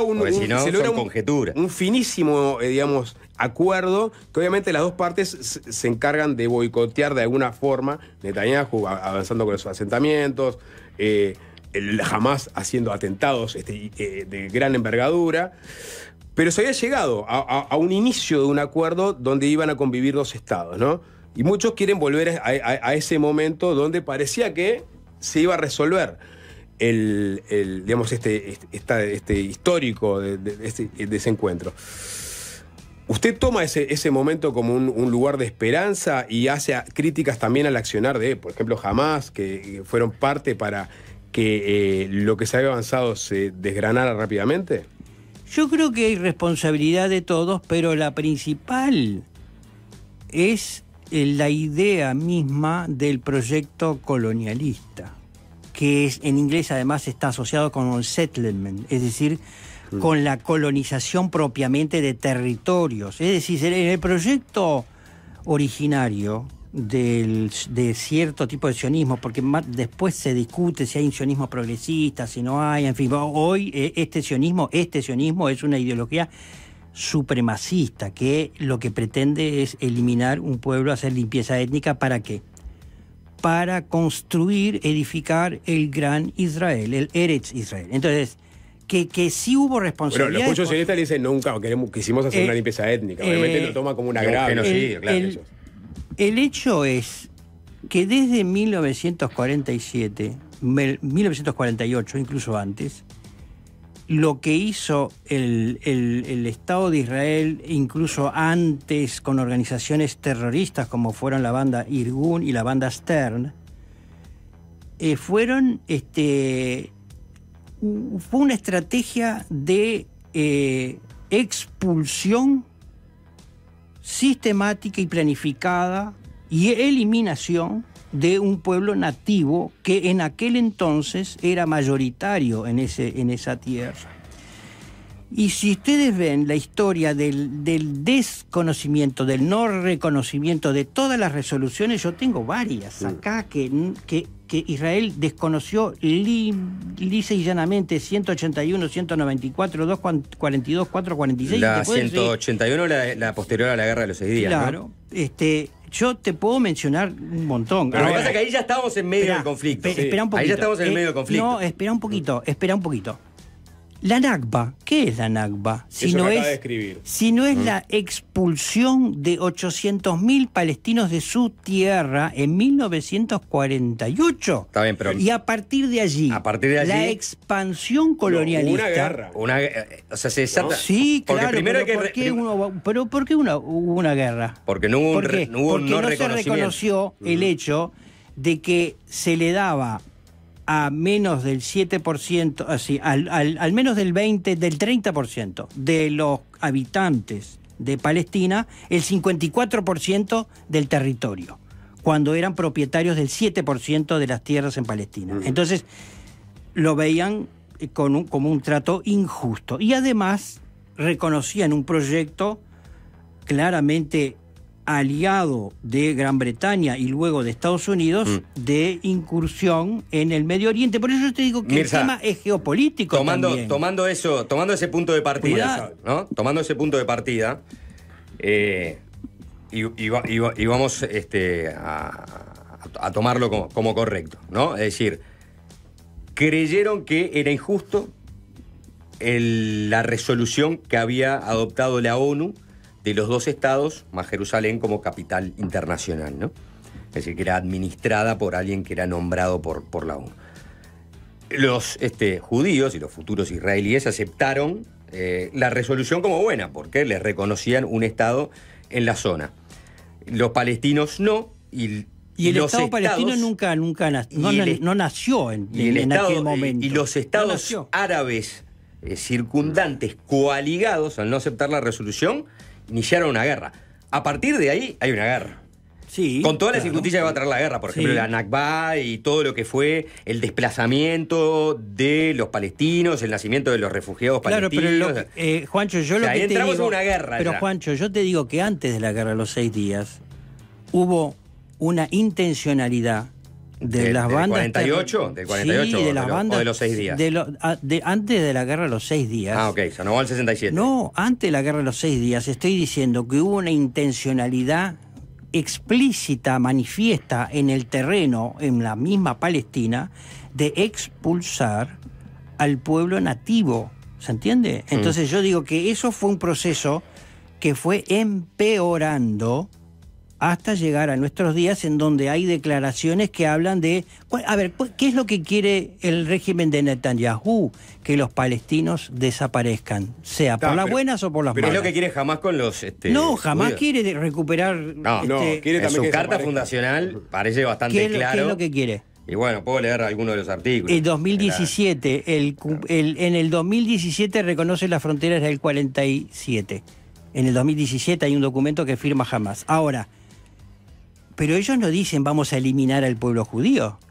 Ellos están en contra del Estado de Israel enclavado en el Medio Oriente. Pero y hay Israel otros... explícitamente no dice vamos a eliminar al pueblo palestino tampoco. No lo dice explícitamente. Cuando se ejecuta. A los primeros conflictos... Pero además lo dice, mirá que te puedo leer las declaraciones aberrantes. Cuando te vas atrás en la historia... Pero son las mismas declaraciones aberrantes que uno encuentra en la Carta Fundacional. Jamás no voy a gastar el tiempo acá, pero dice que hasta que no se mate al judío, básicamente no se ha cumplido con el designio religioso. Bueno, está bien, pero yo te estoy diciendo que en el 2017 reconocen las fronteras del 47. Bueno, pero... Y el régimen sionista nunca. Jamás avanzó y sigue avanzando. Pero me parece que ingresan todos ahí, porque estamos discutiendo capaz por las peores partes. Claro. Quizás por los más ortodoxos en el sentido de decir, bueno, nosotros lo que no queremos es que nunca haya un Estado para Palestina, porque hay toda otra gran cantidad de sionistas que sí lo quieren y que se lo han manifestado y que han perdido la vida en manos de los propios, como Isaac Rabin, o en manos de los propios, como le pasó a Anwar el-Sadat, que lo matan los hermanos musulmanes. Pero hoy hay miles y miles de judíos que dicen, no es mi nombre, esta masacre y este genocidio, no es mi nombre, lo han visto ustedes en el Capitolio, en Europa, en todos lados. Entonces...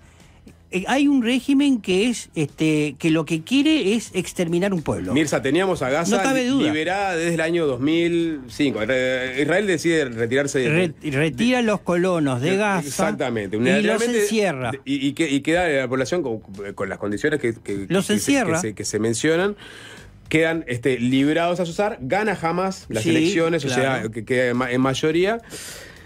Y a partir de ahí, bueno, queda una relación tensa, obviamente, con un muro que divide, con las condiciones en las cuales vivían los gazatíes, pero de vuelta, estábamos yendo hacia un lugar en donde eventualmente se podía avanzar más en 2 estados juntos, con un corredor que uniera Cisjordania con Gaza, pero las agresiones fueron constantes, saliendo misiles de Gaza, la retaliación de Israel, o sea que nunca se detuvo ese conflicto a baja escala, hasta que viene 7 de octubre, que es por lo que estamos hablando ahora, de 2023, y Hamás realiza un acto terrorista sin igual en la historia de este conflicto, ¿no? Sin igual... sí, por el salvajismo. Por el salvajismo. Sí, todos los actos terroristas en definitiva son salvajes, pero este fue muy encarnizado, muy masivo, ¿Qué provoca esto que está sucediendo ahora que usted denomina como un genocidio? Antes de meternos en el accionar actual de Israel en territorio de Gaza, sobre ese episodio, ¿qué reflexión digamos, ha desarrollado usted con el correr de los meses? ¿Cuál fue el motivo real por el cual Hamás realiza este acto tan barbárico? Bueno, y sin medir las consecuencias, incluso de la posibilidad de frenar cualquier intento de reconciliación entre las partes. No, a ver, en primer lugar, ¿cómo una organización de la resistencia palestina que es Hamás puede invadir, entre comillas, invadir o penetrar, que sería el término más correcto, las fronteras de Israel y hacer lo que hizo, que sin duda yo no comparto? ¿Cómo? Entonces aquí caben dos cuestiones. Primero, entonces, el escudo protector y toda la super tecnología de Israel no era tal, es decir, desnuda la vulnerabilidad, lo cual es una gran debilidad de parte del Estado de Israel, del régimen sionista en este caso, o segunda posibilidad o hipótesis, Netanyahu sabía que iban a hacer esto. ¿Y a usted cuál le parece y que lo dejó hacer, lo cual es mucho peor? ¿Cuál le parece la más, la más confiable de las dos hipótesis?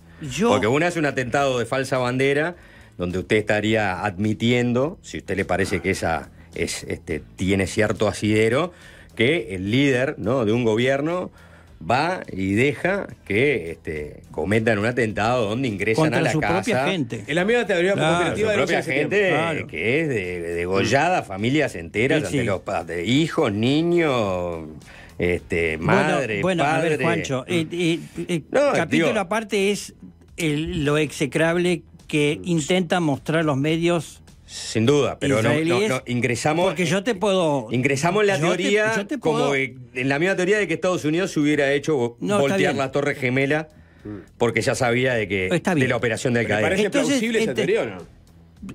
Posible. ¿Posible? Sí, pero pasa que pero yo me quedo con la primera. Ah, bien. Que fallaron los servicios de seguridad. Exacto. Yo me quedo con la primera. Bien. ¿Sí?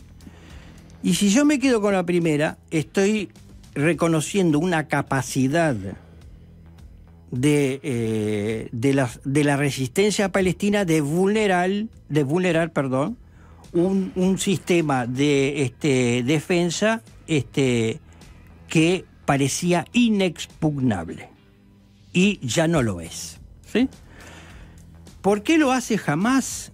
Bueno, hay declaraciones de todo tipo. Yo creo que lo hace para o bien provocar el levantamiento popular del pueblo palestino, o bien para detener lo que era una cuestión casi de semanas, un acuerdo con Arabia Saudita, o bien también es plausible decir el hartazgo por tanta opresión sistemática y planificada. Pero déjame terminar. Sí.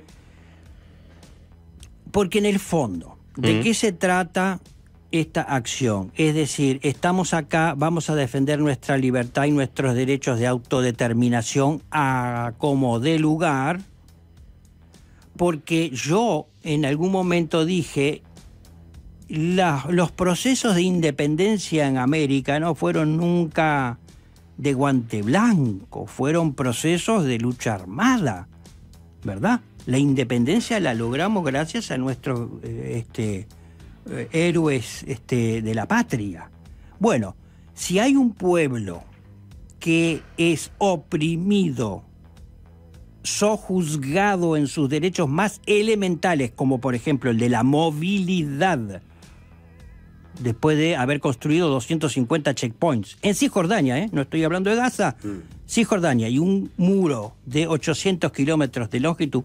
Entonces, si ese pueblo encuentra formas, estrategias de sublevarse y de luchar por su libertad, bien. Pero no es ese pueblo, porque tienes una facción que está en contra. ¿Puedo pasar un aviso ahora? ¿Puedo pasar un aviso ahora? No, sí, un aviso, pero cortito. No está cortito. Va a haber tiempo igual, va a haber tiempo un poquito más.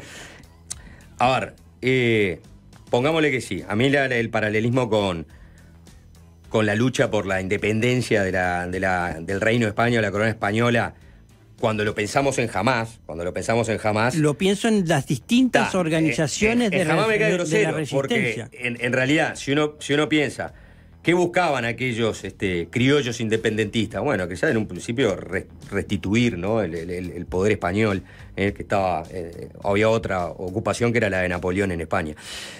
Pero en segundo lugar era independizarse del Reino de España.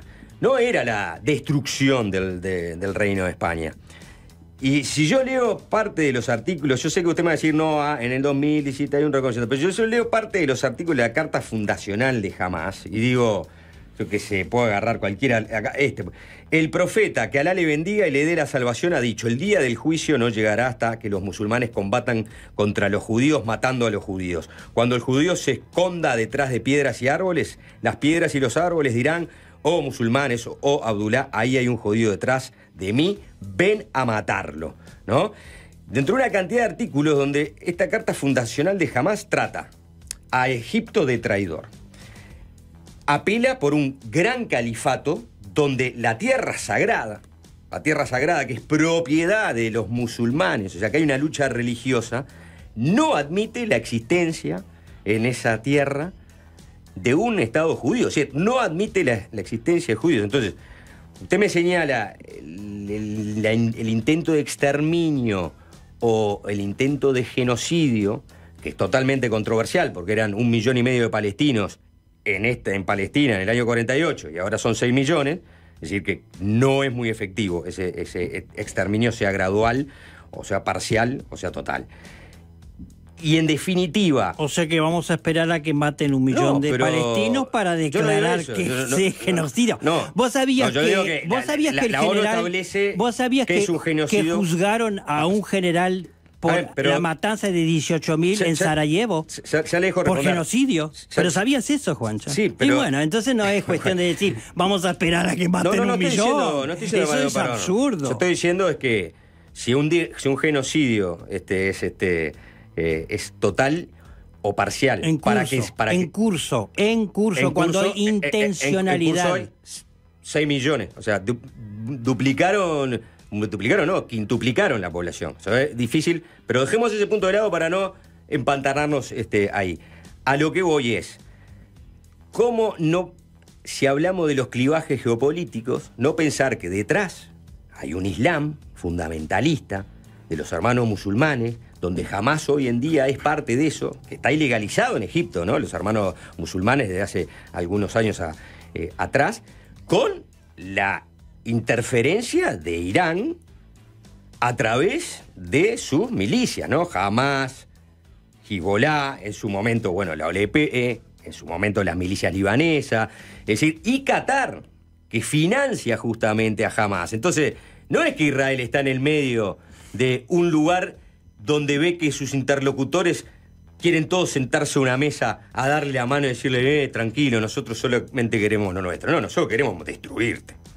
Lo mismo que quiere Israel. Bueno, estamos hablando entonces... Lo mismo que quiere el régimen... Bueno, yo aplico las mismas palabras que vos acabás de pronunciar para denunciar a Hamás, a Netanyahu, al ministro de Defensa y a varios antes que la actual élite, y aplica, totalmente aplica. Es decir, queremos que estos infrahumanos, dicho en varias oportunidades, estos que no llegan a ser tan humanos como nosotros, que son los bárbaros palestinos musulmanes, tienen que ser exterminados. ¿Cuál es la solución? O los bárbaros de Hamás. ¿Cuál es la solución final para Netanyahu? Los vamos a sacar, se van para el desierto, por el Rafah, o los vamos a eliminar como sea, o se van por sus propios medios, como los hay por todos lados, los refugiados palestinos. Hay que hacer una tanda. No están solamente... Mirza, espera un minuto para la tanda. No solamente están en el Líbano, están por todo, no, en Jordania. Entonces, ¿cuál es la idea del gran Israel? Es decir, esto es para nosotros, por cuenta de los textos sagrados. Entonces es exactamente lo mismo que tú me decís, Juancho. Entonces, pero el tema es, y Gran Bretaña y Estados Unidos financiando y suministrando miles de toneladas de destrucción. Entonces, ¿cuál es la lógica acá? ¿Es la lógica entre el mundo musulmán y el mundo occidental? No, es una potencia colonial incrustada en el Medio Oriente con toda la intencionalidad por las potencias coloniales. Después del Holocausto, ¿no?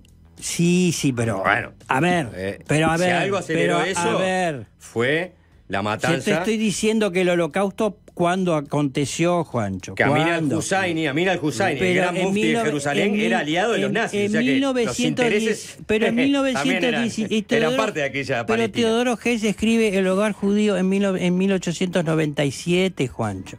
¿Está?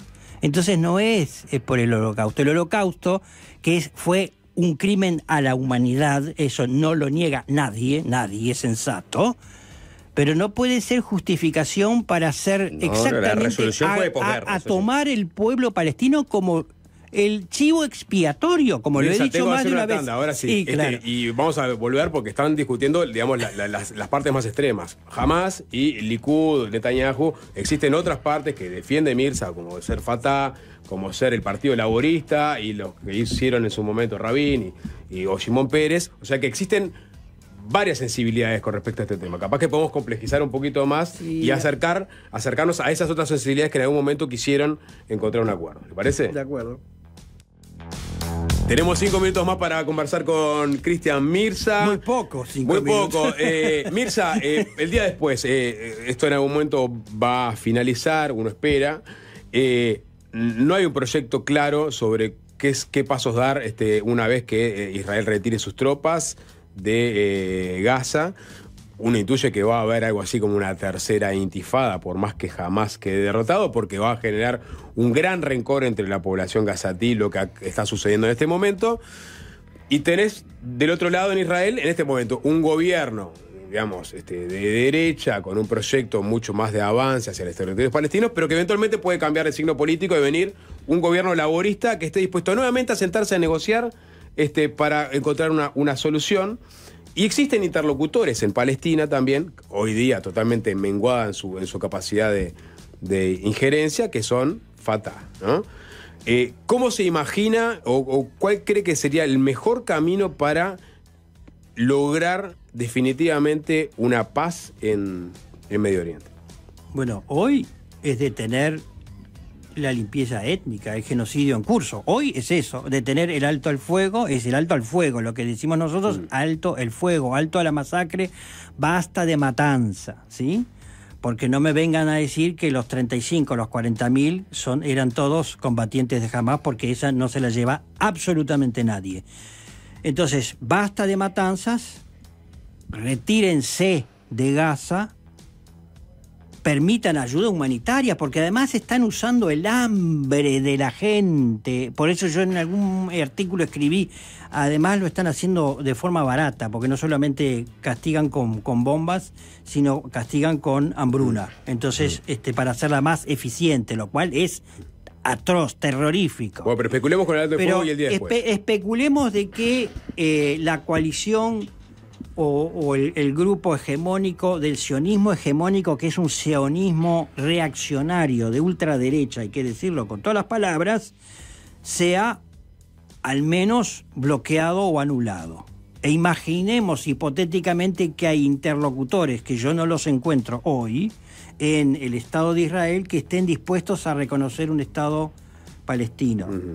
Bueno, del otro lado hay un pueblo que ya está harto de sufrir las consecuencias de un conflicto que, reitero, empieza antes del 47, porque si no nos olvidamos de la masacre de Tantura y de Deir Yassin, como que eso no tuviera nada que ver con lo que está pasando hoy, ¿verdad? Entonces, hoy Noruega, Irlanda y España han reconocido un Estado palestino de pleno derecho, y eso me parece que es excelente noticia para el pueblo palestino. ¿Y quién va a ser el interlocutor en Palestina? El interlocutor de Palestina lo van a definir los palestinos, porque no le pueden decir, jamás no lo representa, la yihad no lo representa, el Frente Democrático no lo representa, lo representan todos y cada uno de los grupos de la resistencia palestina. Entonces abran los ojos, porque aun cuando, y lo dijiste tú, militarmente puedan derrotar a Hamás, aún en esa hipótesis, habrá un pueblo que se subleve. Entonces el asunto es que Estados Unidos y la OTAN, que son, por cierto, muy hipócritas, porque para tomar medidas sancionatorias contra Rusia lo hicieron en el primer día, y para tomar medidas que las pueden tomar y pueden obligar al régimen de Netanyahu a doblegarlo, pueden hacerlo, y no lo quieren hacer porque hay un juego geopolítico mucho más trascendente para las grandes potencias que la vida de los miles y miles de palestinos y palestinas que sufren. Usted es, obviamente, ser muy crítico con las posiciones, no sé, del gobierno uruguayo en relación a este tema.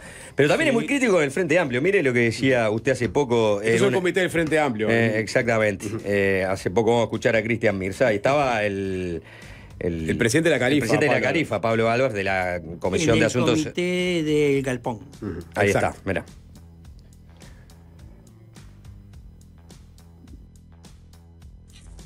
No comparto en absoluto las declaraciones de la Junta Departamental de Montevideo con mayoría frente amplista. No comparto en absoluto los términos en los que se refirió la Universidad de la República, mi universidad, y en la cual soy profesor. Y no compartí algunas declaraciones de la propia mesa del Frente Amplio y de varios sectores del Frente Amplio. Y no comparto las visiones de algunos compañeros del Frente Amplio con los cuales yo puedo compartir 90%, pero ese 10% en donde seguís insistiendo que jamás y el terrorismo lo que hace es o sos idiota o sos cómplice. O las dos cosas. Te están presionando. Y entonces no te animás a decir las cosas como son. ¿Eso quiere decir que yo voy a abrazarme con Hamas y con Hezbollah? No. Pero no voy a empezar una declaración diciendo condeno el acto terrorista del 7 de octubre, por favor. ¿Hasta cuándo? Bueno, ahí estaba. Después decía hay que enfatizar en lo que está sucediendo ahora y no en el origen. Cómplices hoy. Hay que terminar la presentación en el comité. Sí. Si yo no me retracto de nada, te aviso. Porque yo creo que lo mismo que dicen ustedes los periodistas, hay que condenar a Hamás del 7 de octubre. No, bueno, no por ustedes, en general. Los más media hegemónicos, ¿no? Nosotros somos hegemónicos. Sí, no, pero por lo menos quiero escuchar primero y después ver si estoy en la bolsa, porque me metió en la bolsa de una. Bueno, no sé. Pero entiendo el punto. ¿Entendés lo que te digo? O sea, arrancamos diciendo, condenamos el 7 de octubre el acto. Y está bien, yo no puedo estar de acuerdo con matar civiles. Pero entonces, a puntos suspensivos, condenamos el terrorismo de Estado de Israel, que lo hace desde décadas. Pero el Frente no entiende que es terrorismo de Estado. Hay algunos que sí, hay algunos sectores Mirza, seguro. Pero no que terminan consensuando una declaración. Pablo Álvarez, que estaba a tu lado, seguramente no compartiera. Cristian Mirza, se nos así fue. Soy yo, y me pueden seguir invitando porque yo tengo para rato. Gracias por tomar No, gracias a ustedes. ¿Qué tal, Fernando? Hola, Sapo, ¿cómo te va? Acá estoy como medio país saliendo de una gripe para proponerles una entrevista sobre el arte de dirigir una orquesta. Un tema que, vamos a ser honestos, nunca tratamos muy seriamente en este programa. Recuerdo alguna vez en un espacio llamado Desasnándome. Sí, en los tiempos suena tremendo. Exactamente, para conocer el verdadero uso que se le daba a la batuta, ¿no? Nosotros entendíamos que era un uso meramente simbólico. Tuvimos que llamar a una especialista para que nos desasnaran. Habrá sido el antecedente más digno. Porque en general, ¿qué tenemos? Bueno, comentarios melómanos míos, totalmente inexpertos. desvíos hacia conversaciones onda intrusos en la música clásica. Juanchi diciendo que en su opinión las orquestas podrían tocar solas, sin que nadie se pare adelante a agitar un palito. Hoy hablamos, sin embargo, de la batuta como nunca antes. Y para eso nos acompaña un invitado de destacada trayectoria, de padres austríacos, pero nacido en Montevideo, que ha sido el director titular de orquestas como la Oregon Symphony en Estados Unidos o la Sinfónica de Radio Televisión Española, que sabe lo que es dirigir en sitios de referencia como Carnegie Hall o la Ópera Estatal de Viena, y que está en Montevideo ahora, ya que el próximo miércoles 29 de mayo en el Teatro Solís va a dirigir nuestra Orquesta Filarmónica de Montevideo para interpretar, entre otras obras, escuchábamos un pedacito, la grandiosa Sinfonía número 10 de Dmitri Shostakovich. Su nombre es Carlos Kalmar. Bienvenido, maestro, gracias por estar acá. Un placer estar con todos ustedes. Bienvenido. Maestro, ¿por qué es uruguayo usted? ¿Qué hacían sus papás austríacos por acá? Bueno, había esa guerra, ¿sabes? La Segunda Guerra Mundial, y como todos somos de descendencia judía, mis papás, que en aquel entonces no se conocían, mi madre tenía 10 años en el 1938, simplemente tuvieron que huir y vía Bolivia, donde vivieron durante 10 años y se conocieron, pararon en este maravilloso país que es el Uruguay, en Montevideo, y tuvieron 2 hijos. Bien, y por eso de padres austríacos, pero uruguayo así, está puesto en todas partes. Empezó con el violín, ¿no es así? ¿Cómo es ese momento en que un músico se dice a sí mismo, no, pero yo quiero ser el que se para un escalón más arriba y habla con todos y es el que manda? Por cierto que lo es. Mira, yo seguí la carrera de violinista más o menos normalmente hasta que tenía ahí por los 17 años y ahí comencé a dirigir un poquitito.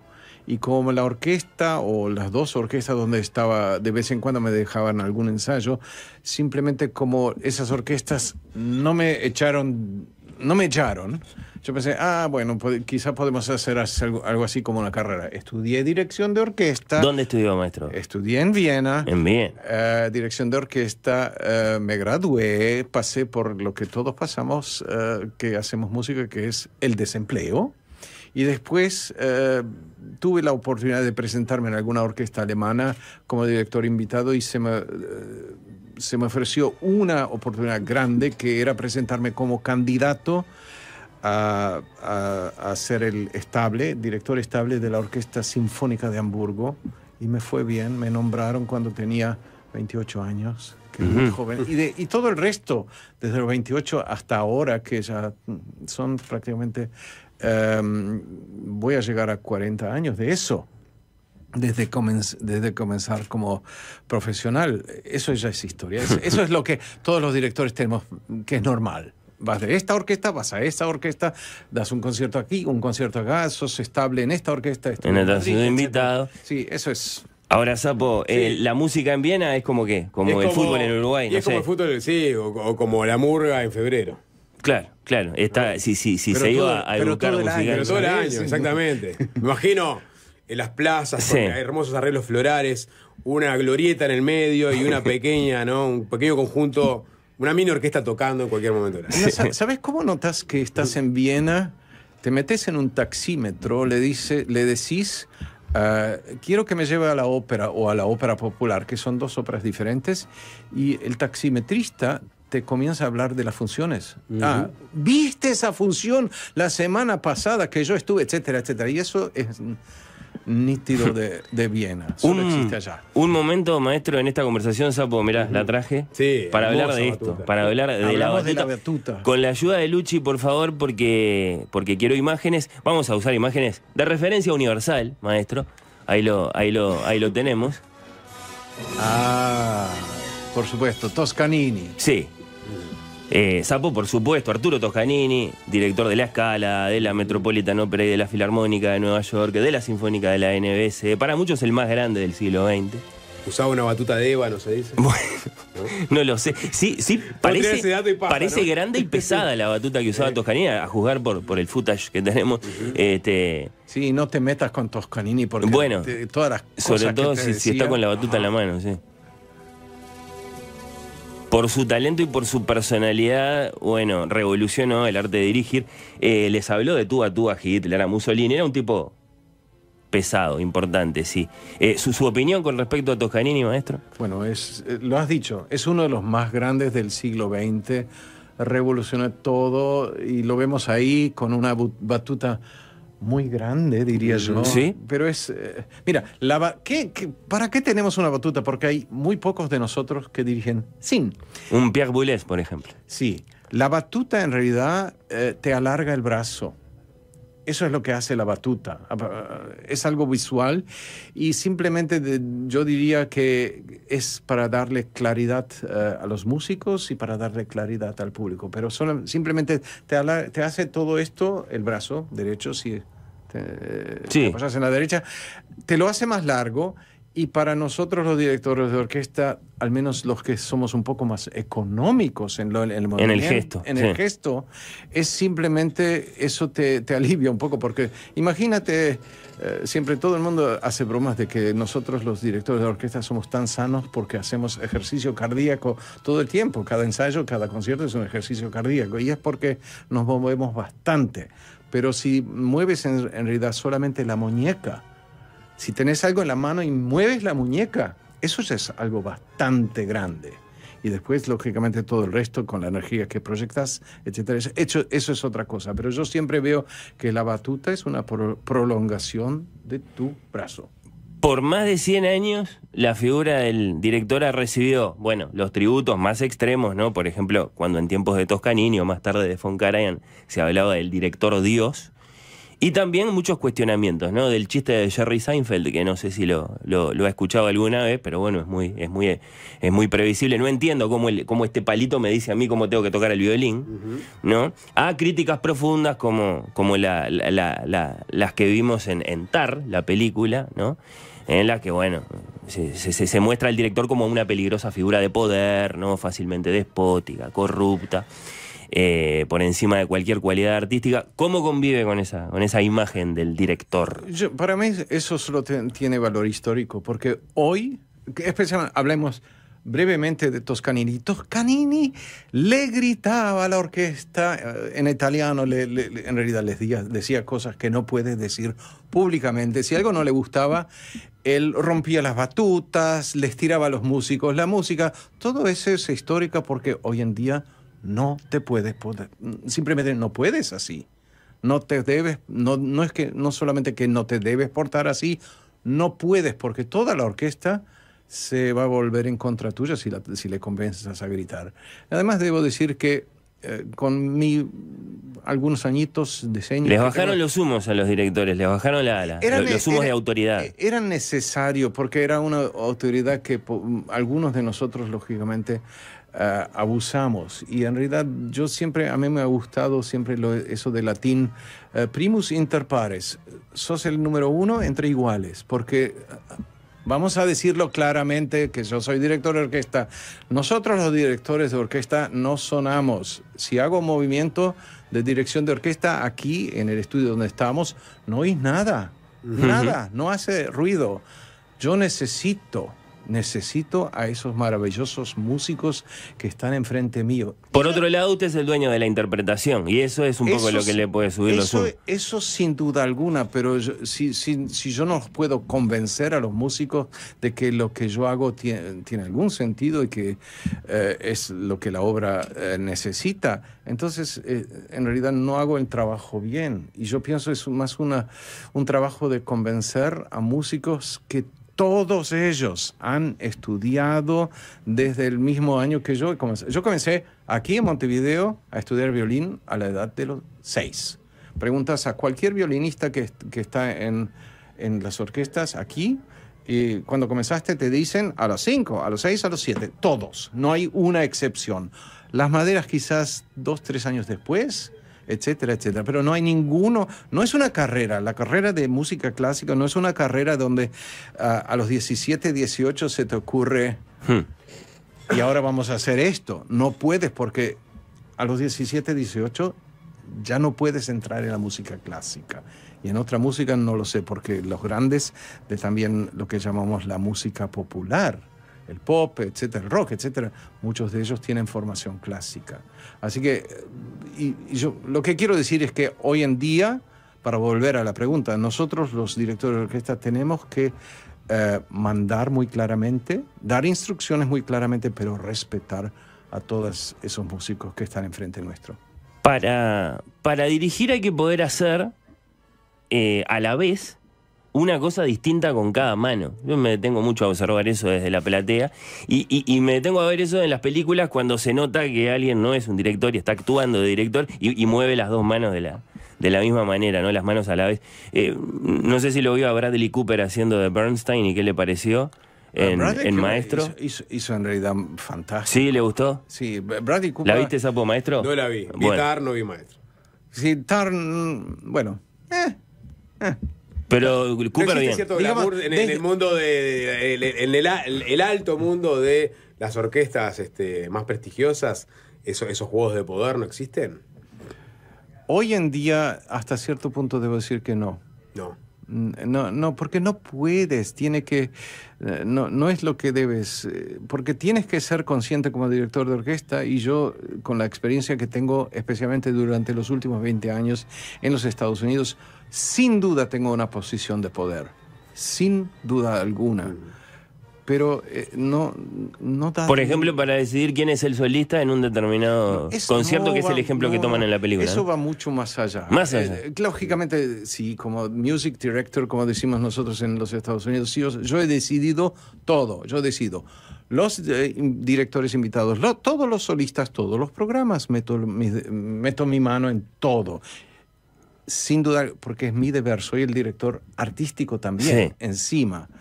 Pero lo que yo me refiero es los ensayos mismos, los conciertos mismos, y hay que mostrar respeto y creo que no estoy mal si opino que todos nosotros los directores de orquesta queremos ser queridos por nuestro público, pero también por nuestros músicos, hasta cierto punto.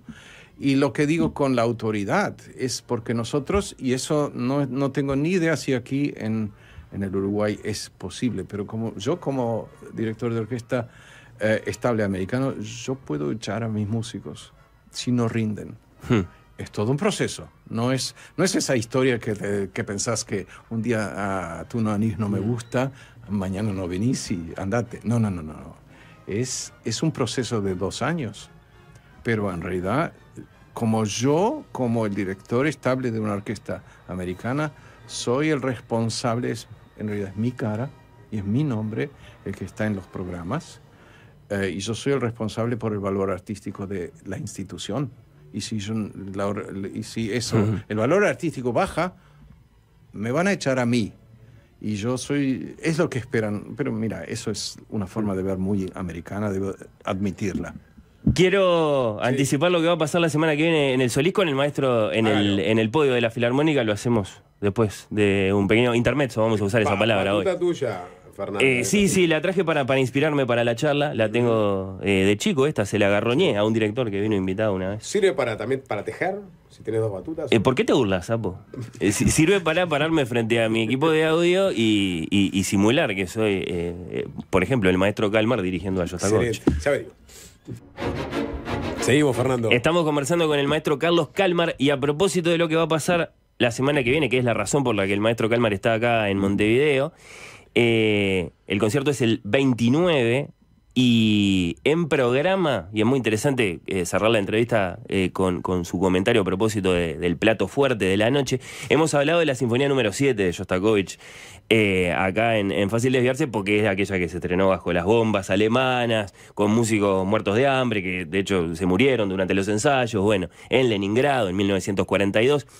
La octava y la novena también son sinfonías de guerra para Shostakovich. La pregunta es qué pasa con la 10ª, cuál es el interés de esta obra que data de 1953, de este soviético que era Shostakovich, un gran sinfonista. Bueno, siempre debo decir, tenés que limitar un poco el tiempo de cuál yo puedo hablar.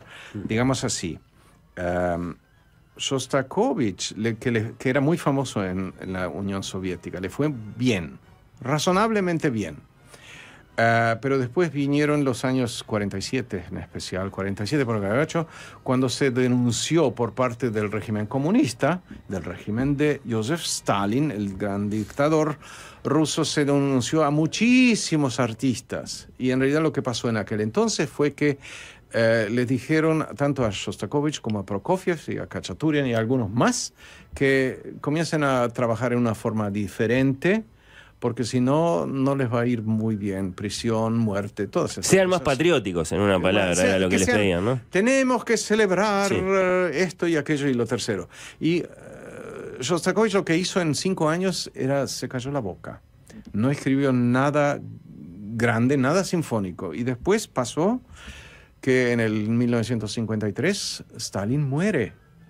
Y de repente todos respiran un aire diferente en la Unión Soviética. Y creo que eran 3, quizás 4 meses después de la muerte de Stalin, Shostakovich comienza a escribir esta sinfonía. Y esta sinfonía parte del sufrimiento típico de los rusos. El inicio es oscuro, es grave, en parte no es muy rápido. Y bueno, el primer movimiento, que es muy largo y muy, bueno, tiene mucho, es un arco perfecto. Y después viene el segundo movimiento, que es... Es el que estábamos escuchando un pedacito. El que estábamos escuchando, que no tiene nada de divertido. Es áspero, es salvaje, es muy brutal, muy. Y Shostakovich mismo dijo, esto es más o menos como no es una caricatura, es como pintar a Joseph Stalin, entre otras cosas. Es como un retrato, pero no es música de programa. Nadie busca, estos son los labios, no tiene nada que ver con eso. Es la característica de la música. Después viene un tercer movimiento que es un poco, en parte, muy dulce, como un nocturno, y nadie sabe qué es lo que es, y tiene una señal de cornos que viene 12 veces, y uno piensa, es la medianoche, y cosas así, pero también tiene algo que es muy típico de Shostakovich, que es una ironía.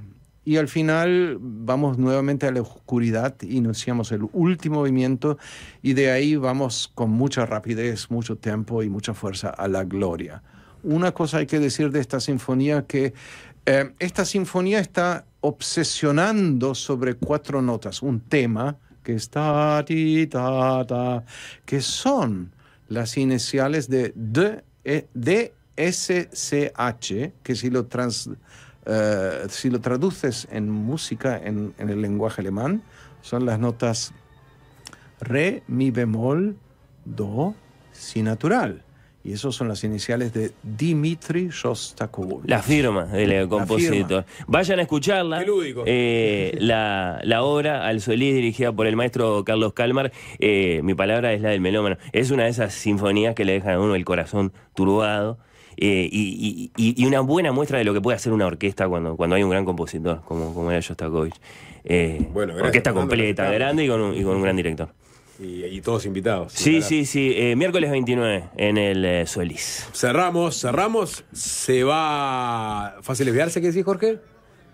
La batuta. Claro, ¿cómo? No, pero el maestro. La nota final. Yo creo que el maestro de la nota final, por favor. Estaba sonando, de hecho, el alegro de Sí. Bueno, lógicamente cuando escuché el alegro me comencé a mover. Mande como la tanda con un movimiento. Estamos como listos. es Fede, que está sonando el segundo movimiento. A ver, a Fede. Dale. Excelente. Fácil desviarse.